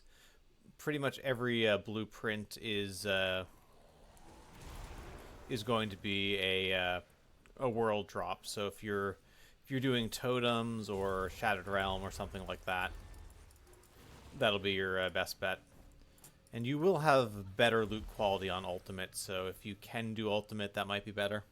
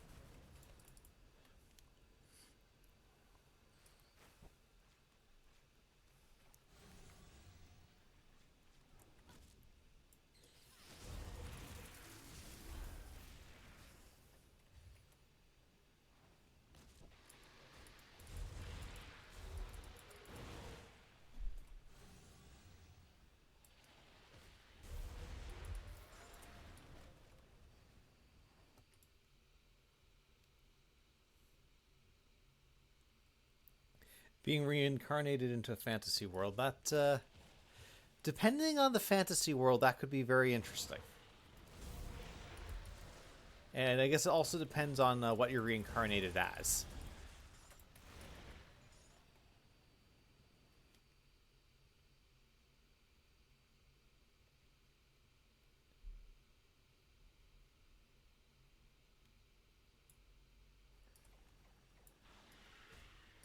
So you get reincarnated into this world, and everyone's like, what the heck is that?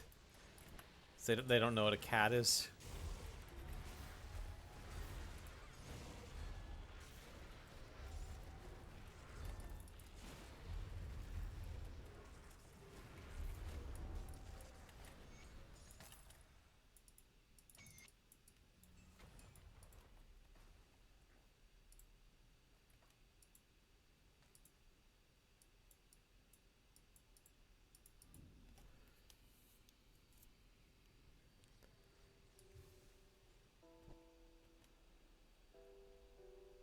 You look well.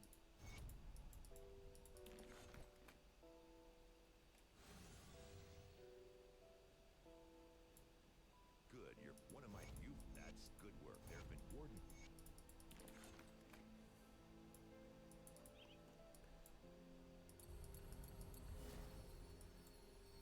Okay, A-Bomb is next.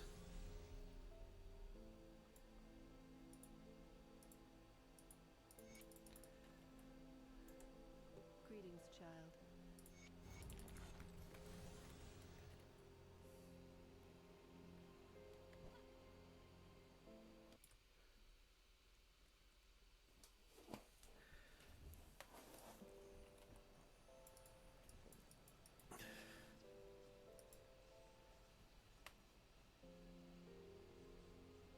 Lit RPG.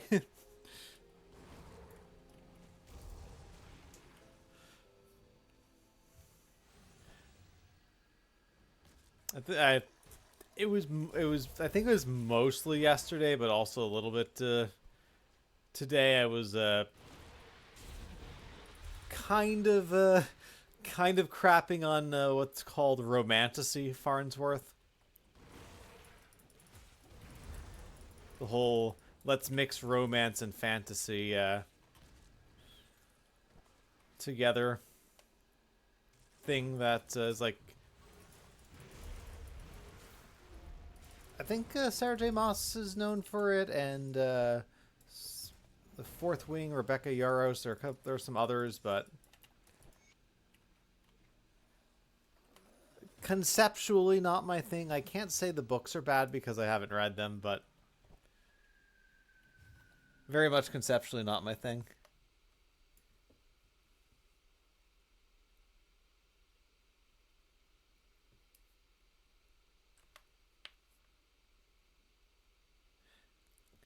Yeah, I don't know.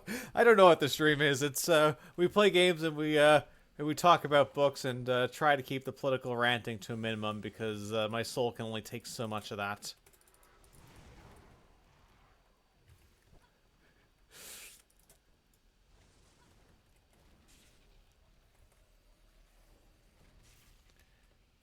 I don't think so, Viley. What's the premise?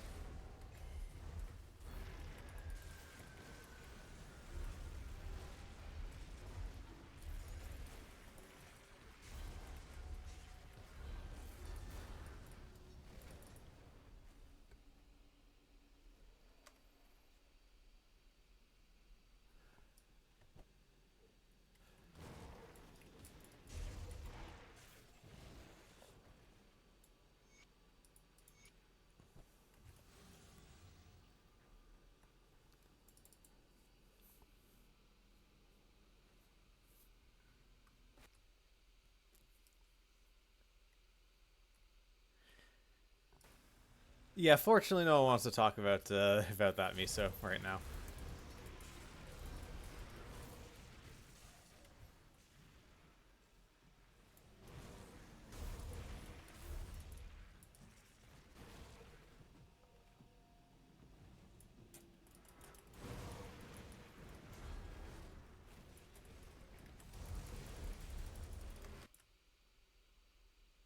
All right, let's just not go there.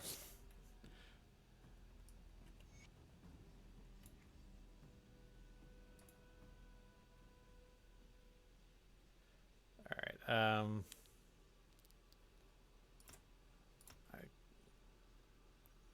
Wait, hold on. All right, we're gonna do that and then possession.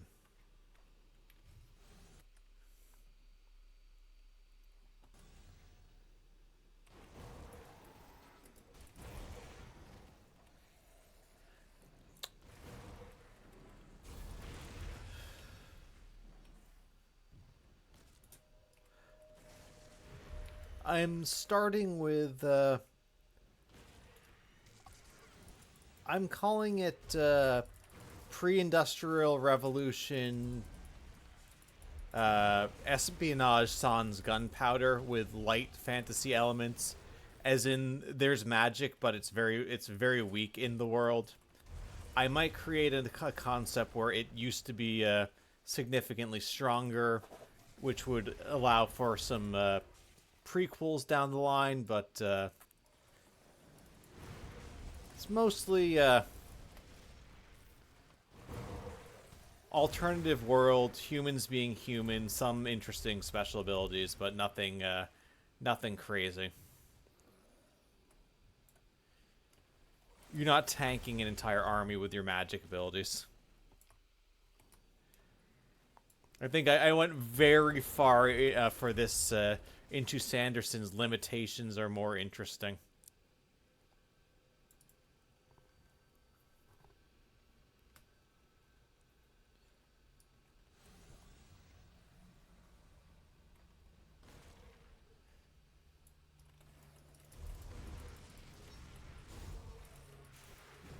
But I do sort of have an idea in my head for what a more of an epic fantasy prequel trilogy in that world would look like.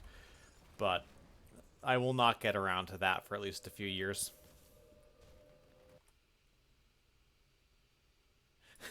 Okay, I am gonna put Dungeon Crawler Carl in my spreadsheet.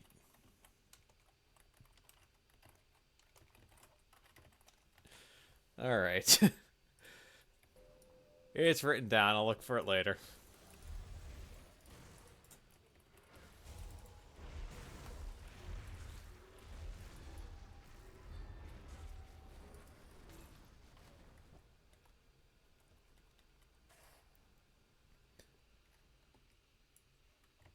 Grunts as well.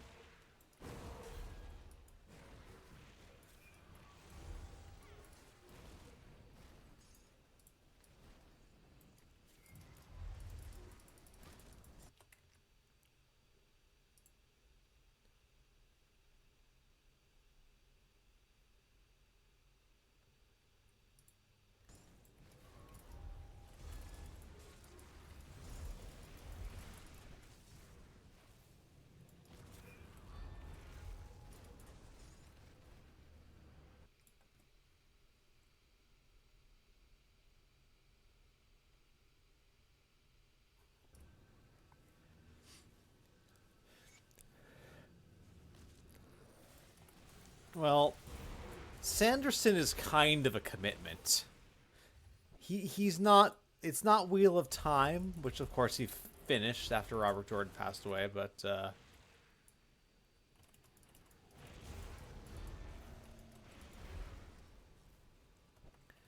and I will say, no matter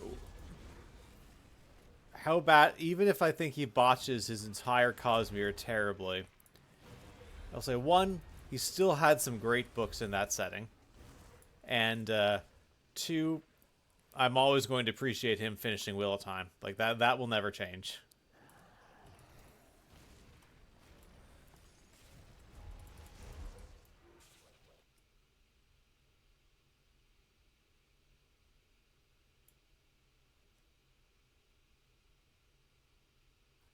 Yeah, I think that's fair, Viley.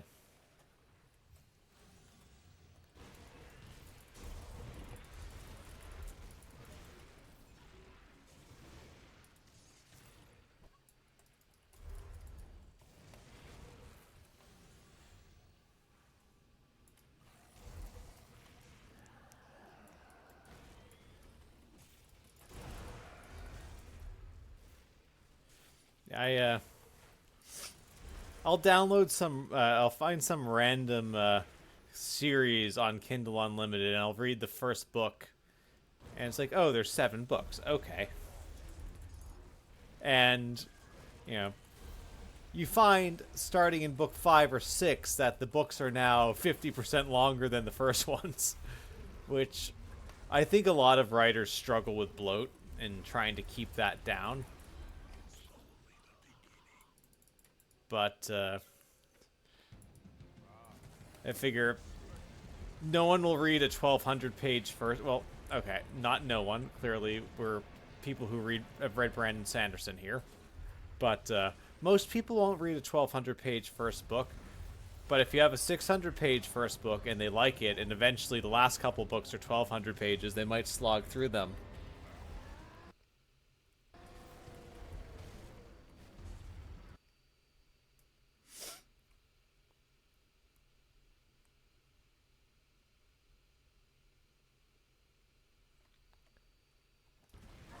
I very much recommend Wheel of Time, but it's absolutely a commitment.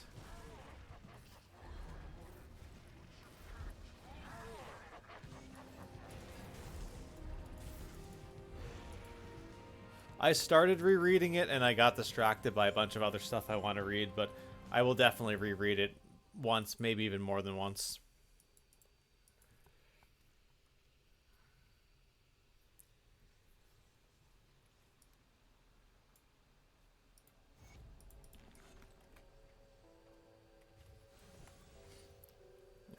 I was in a really good space when I was reading those, Violet, because I think sometimes if you're just at a point where you just want to keep reading, regardless of what it is, the so-called slog won't be as much of an issue. But if you're in a place where you're not super motivated to read, I can see that being much more of a problem, because when I'm actively reading a lot, I have a fair bit of patience to just plow through stuff.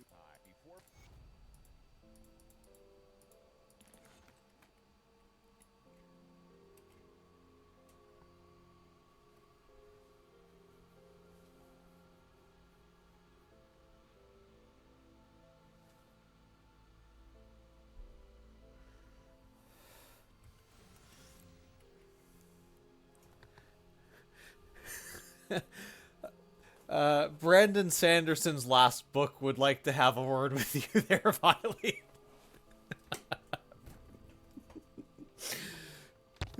I mean, okay, it's 10 days, but it's also about, like, 1,300 pages. But, yeah. That was one of the things I thought that I didn't love. It didn't seem realistic that all of that was happening in 10 days. I think it was, but I mean, I understand why he wrote it that way, but yeah, and then it just ends. It's like, well, you know, something might happen in a while. We'll see. All right, we'll Ah, I cannot.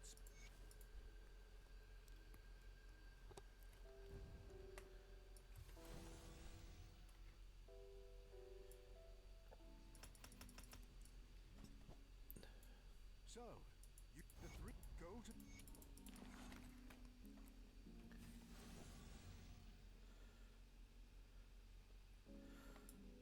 The emissary war.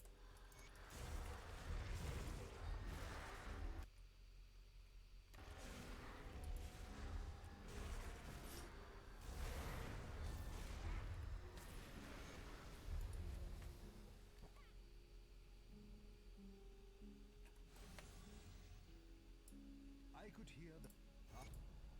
You are. All right, I'm going to side with Dreeg just to buy their augments.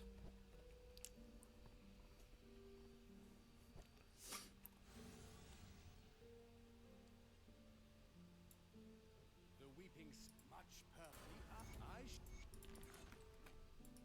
The skies weep blood and the earth rages beneath us. Our seers sing God.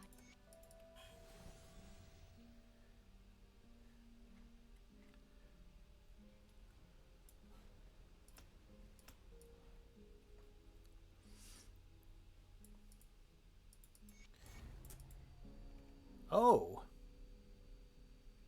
that's new. You used to actually have to buy the merit. Now just talking to this person gives it to you. So I no longer have to buy the merit on Elite and sell it back immediately.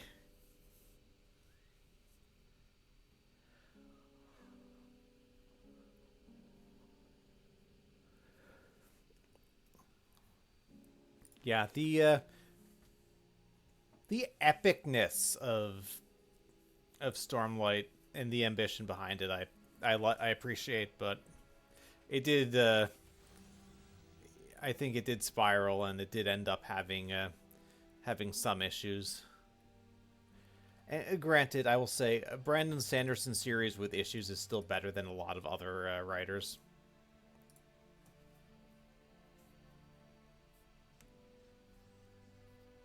Wait, what do you want to rewind, Morndale?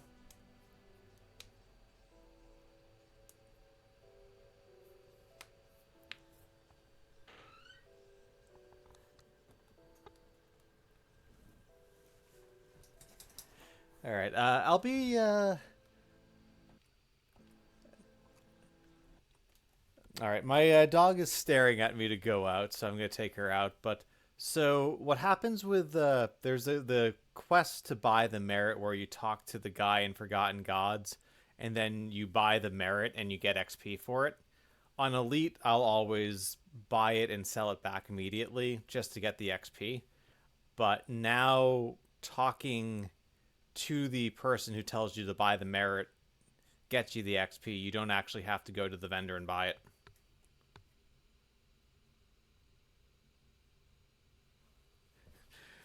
Nice, Miso. All right, my dog is staring at me to go out, so I'm not gonna make her wait. I'll be back in just a minute, guys.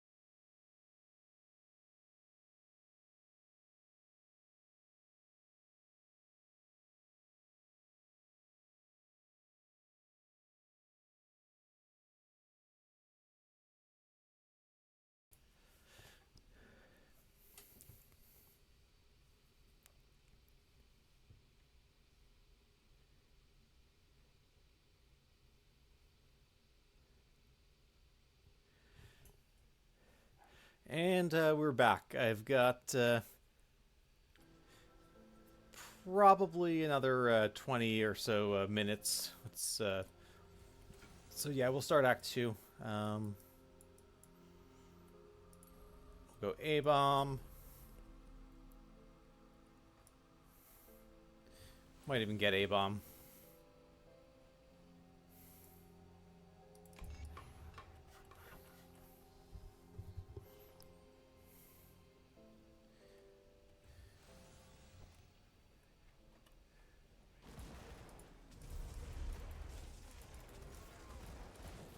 And now I'm realizing that we allied with Drieg, but we forgot to change out our metal rune.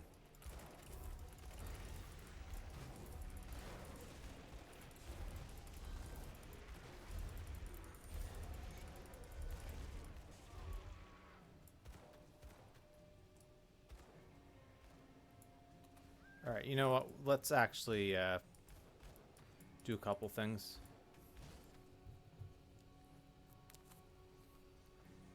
Yeah, Lewis and, Tolkien were, as the kids say these days, besties.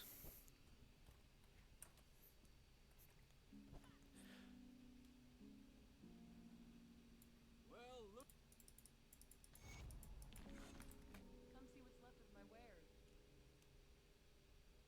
Wait, what? Iron well spent.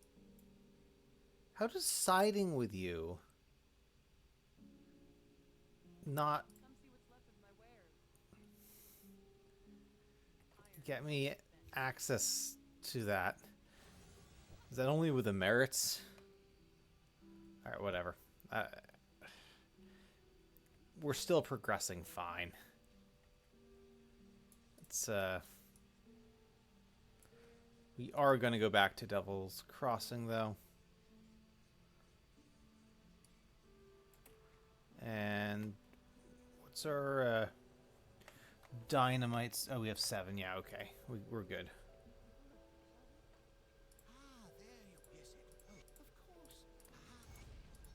We'll need to replace the dynamite, but... Oh, yeah, and I want... we're going to put this on. And get a runestone, keep add-on.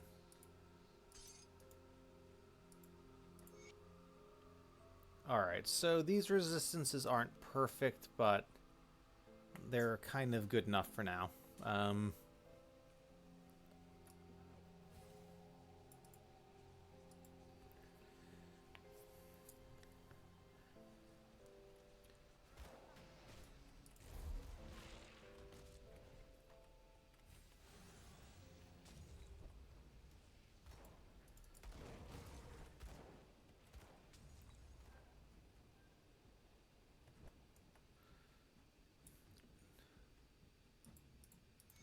Alright, we'll drop a portal here, we'll get the next rift gate, we'll come back and do the shrine.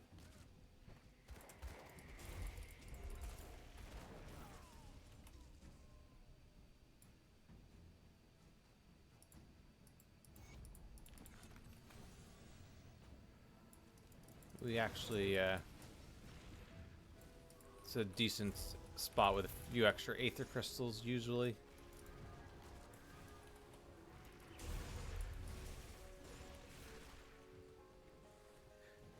Can never have too many Aether Crystals.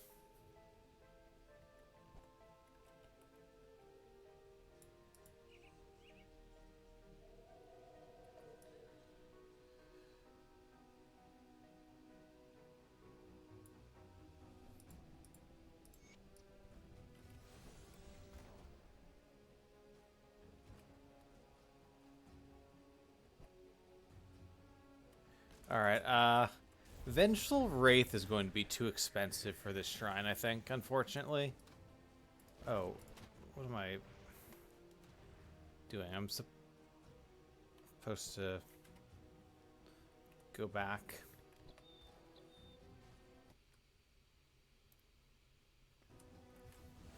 I think the Chronicles of Narnia are worth reading.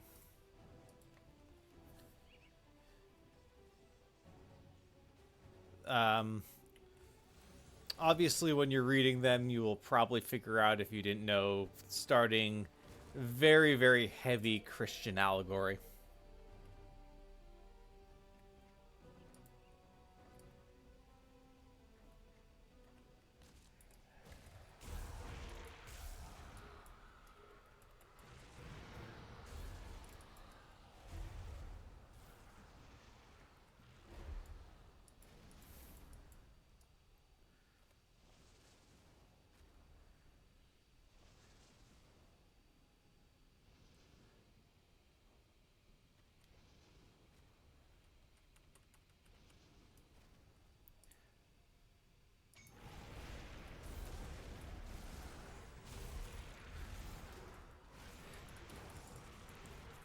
I think your view on that might also depend on your views on religion as well, whether it's a plus or minus.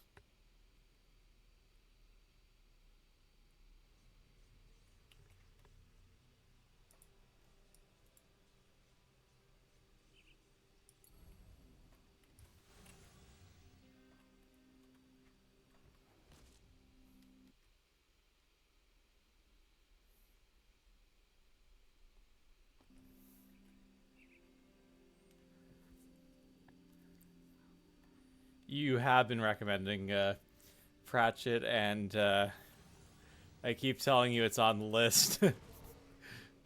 But I do appreciate the enthusiasm.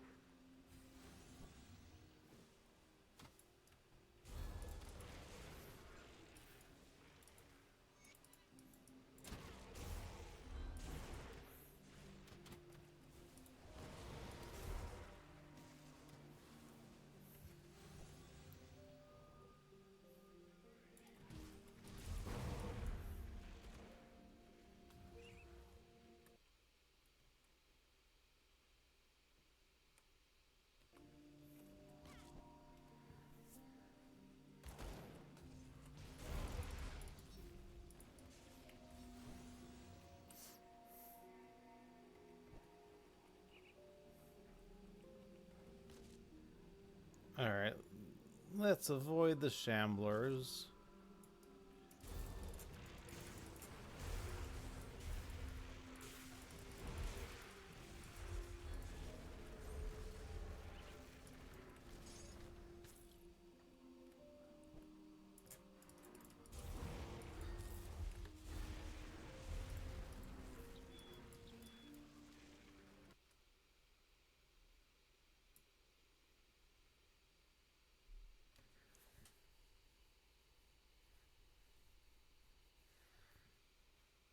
Hmm.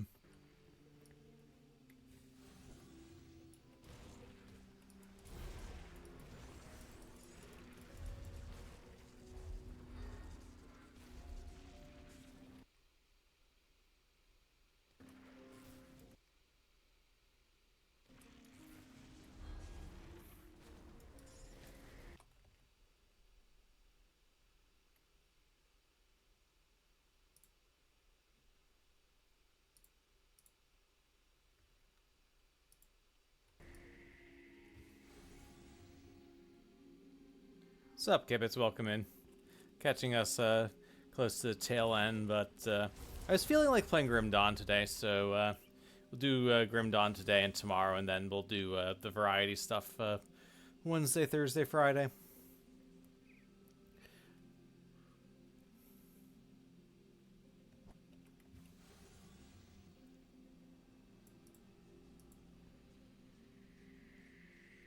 You're up way early. You're plus 12 or plus 12 or plus 14 compared to East Coast US. They like our housewarming gift. 7:44 a.m. Okay, you're plus 13. You work, dear. We have to hit them hard and fast.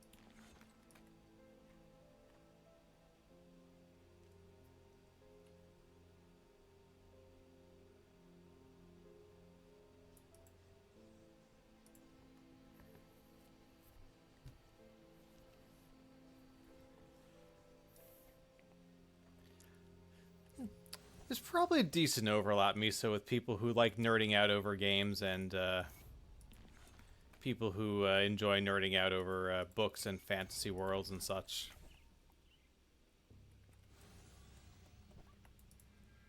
It's not everyone. I mean, some people love gaming and the mechanics. Some people like books and aren't as into gaming. But Keep your weapons where I can see them. I think both. I think reading, writing, playing games at a relatively high level to the point where you're. When I say playing games at a high level, for me that's basically Grim Dawn, and you guys have seen me play XCOM. You guys have seen me play BioShock. I am not some sort of a god tier gamer, but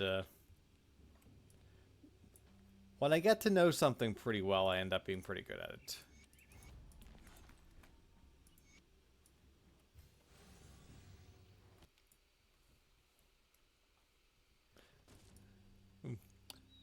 Glad to have steered you in the right direction there, Miso. It's there's so much joy in reading.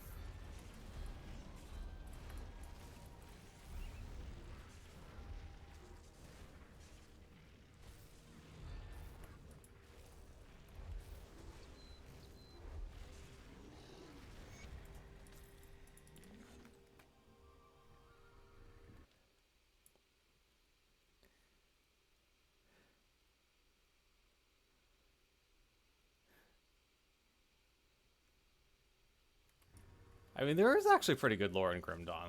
All jokes aside.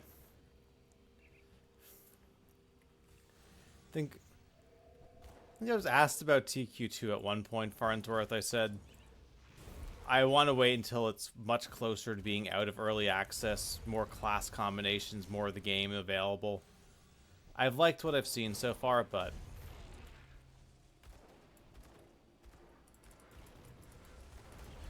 I kind of want to wait for them to get closer to finishing the game before I dive in.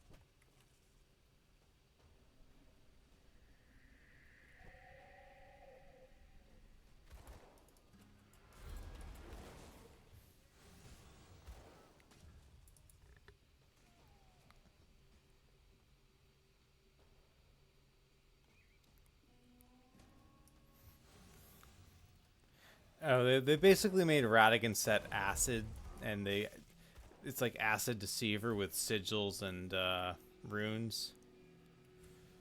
And apparently it's supposed to be better in Fangs of Astrakarn, but we don't have that stuff yet, so it's still sort of in no man's land. It's my broad understanding.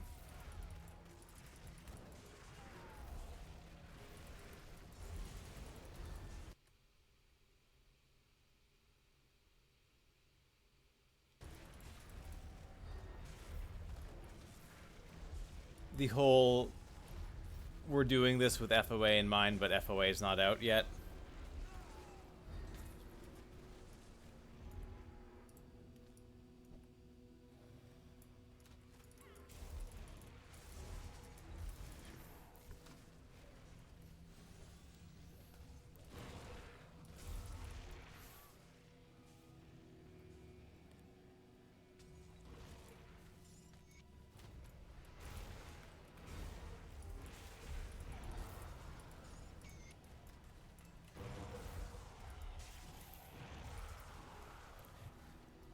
I do agree.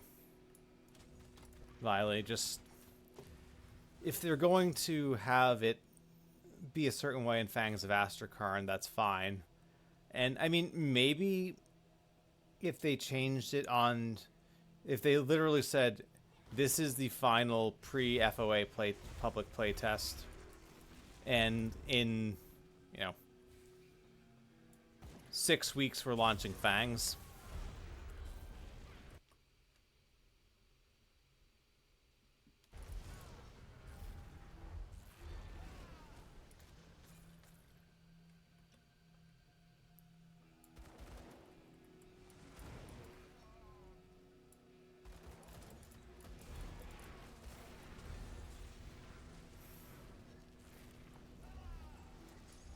Alright, so I think we'll do Cronley, we'll turn in those quests, get the Twin Falls, and we'll pick up from there tomorrow.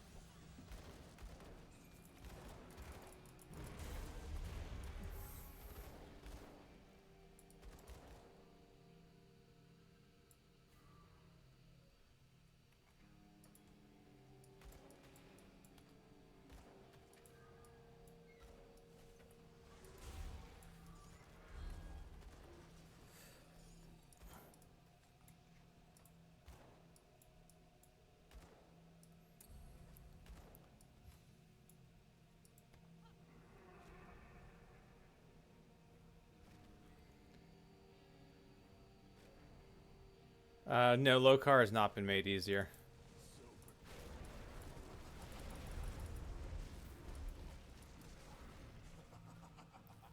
Alright, his shield is up.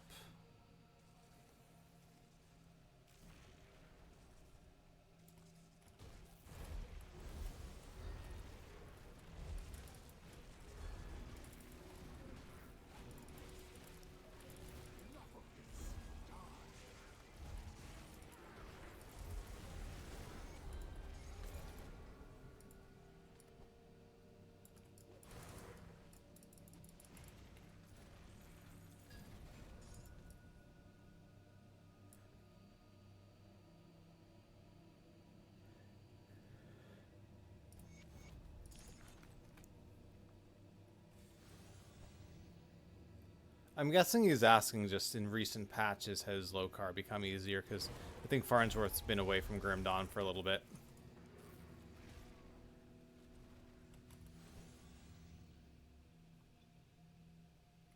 But I mean, he's still got the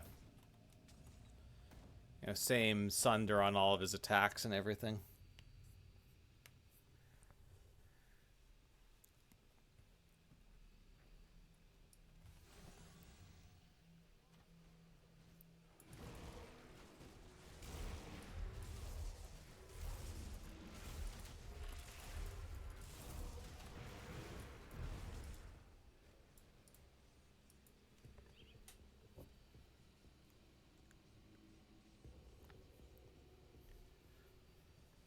Are you on the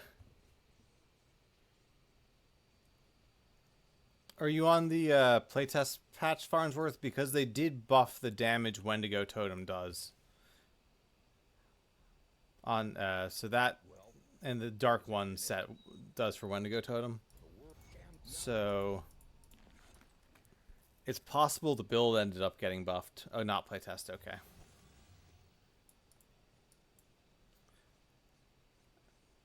I mean, it can be a little bit RNG, but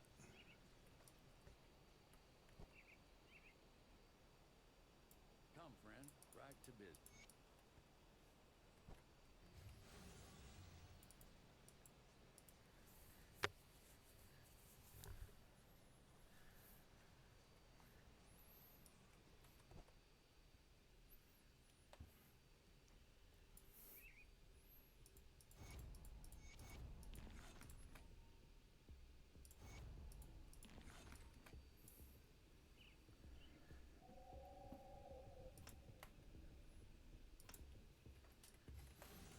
all right, let's get a couple more points in possession.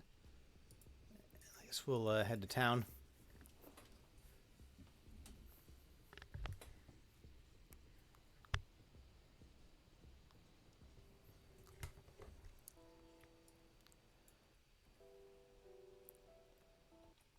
All right, let me. I'm gonna get you guys a Grim Tools for current level, and I will find someone to raid. We'll be picking up on this tomorrow at around 4 o'clock Eastern Time, US. And then the rest of the week we'll be streaming either XCOM or Bioshock.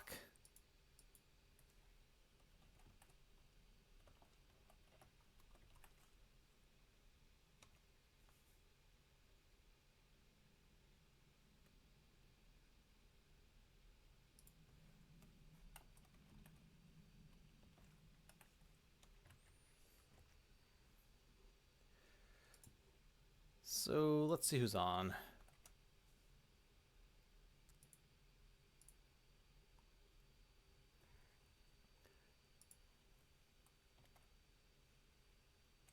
Maybe nobody again.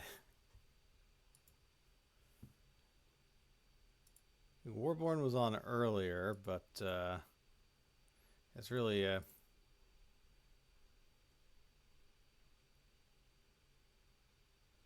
no one I know playing Grim Dawn, so and no one I really know streaming.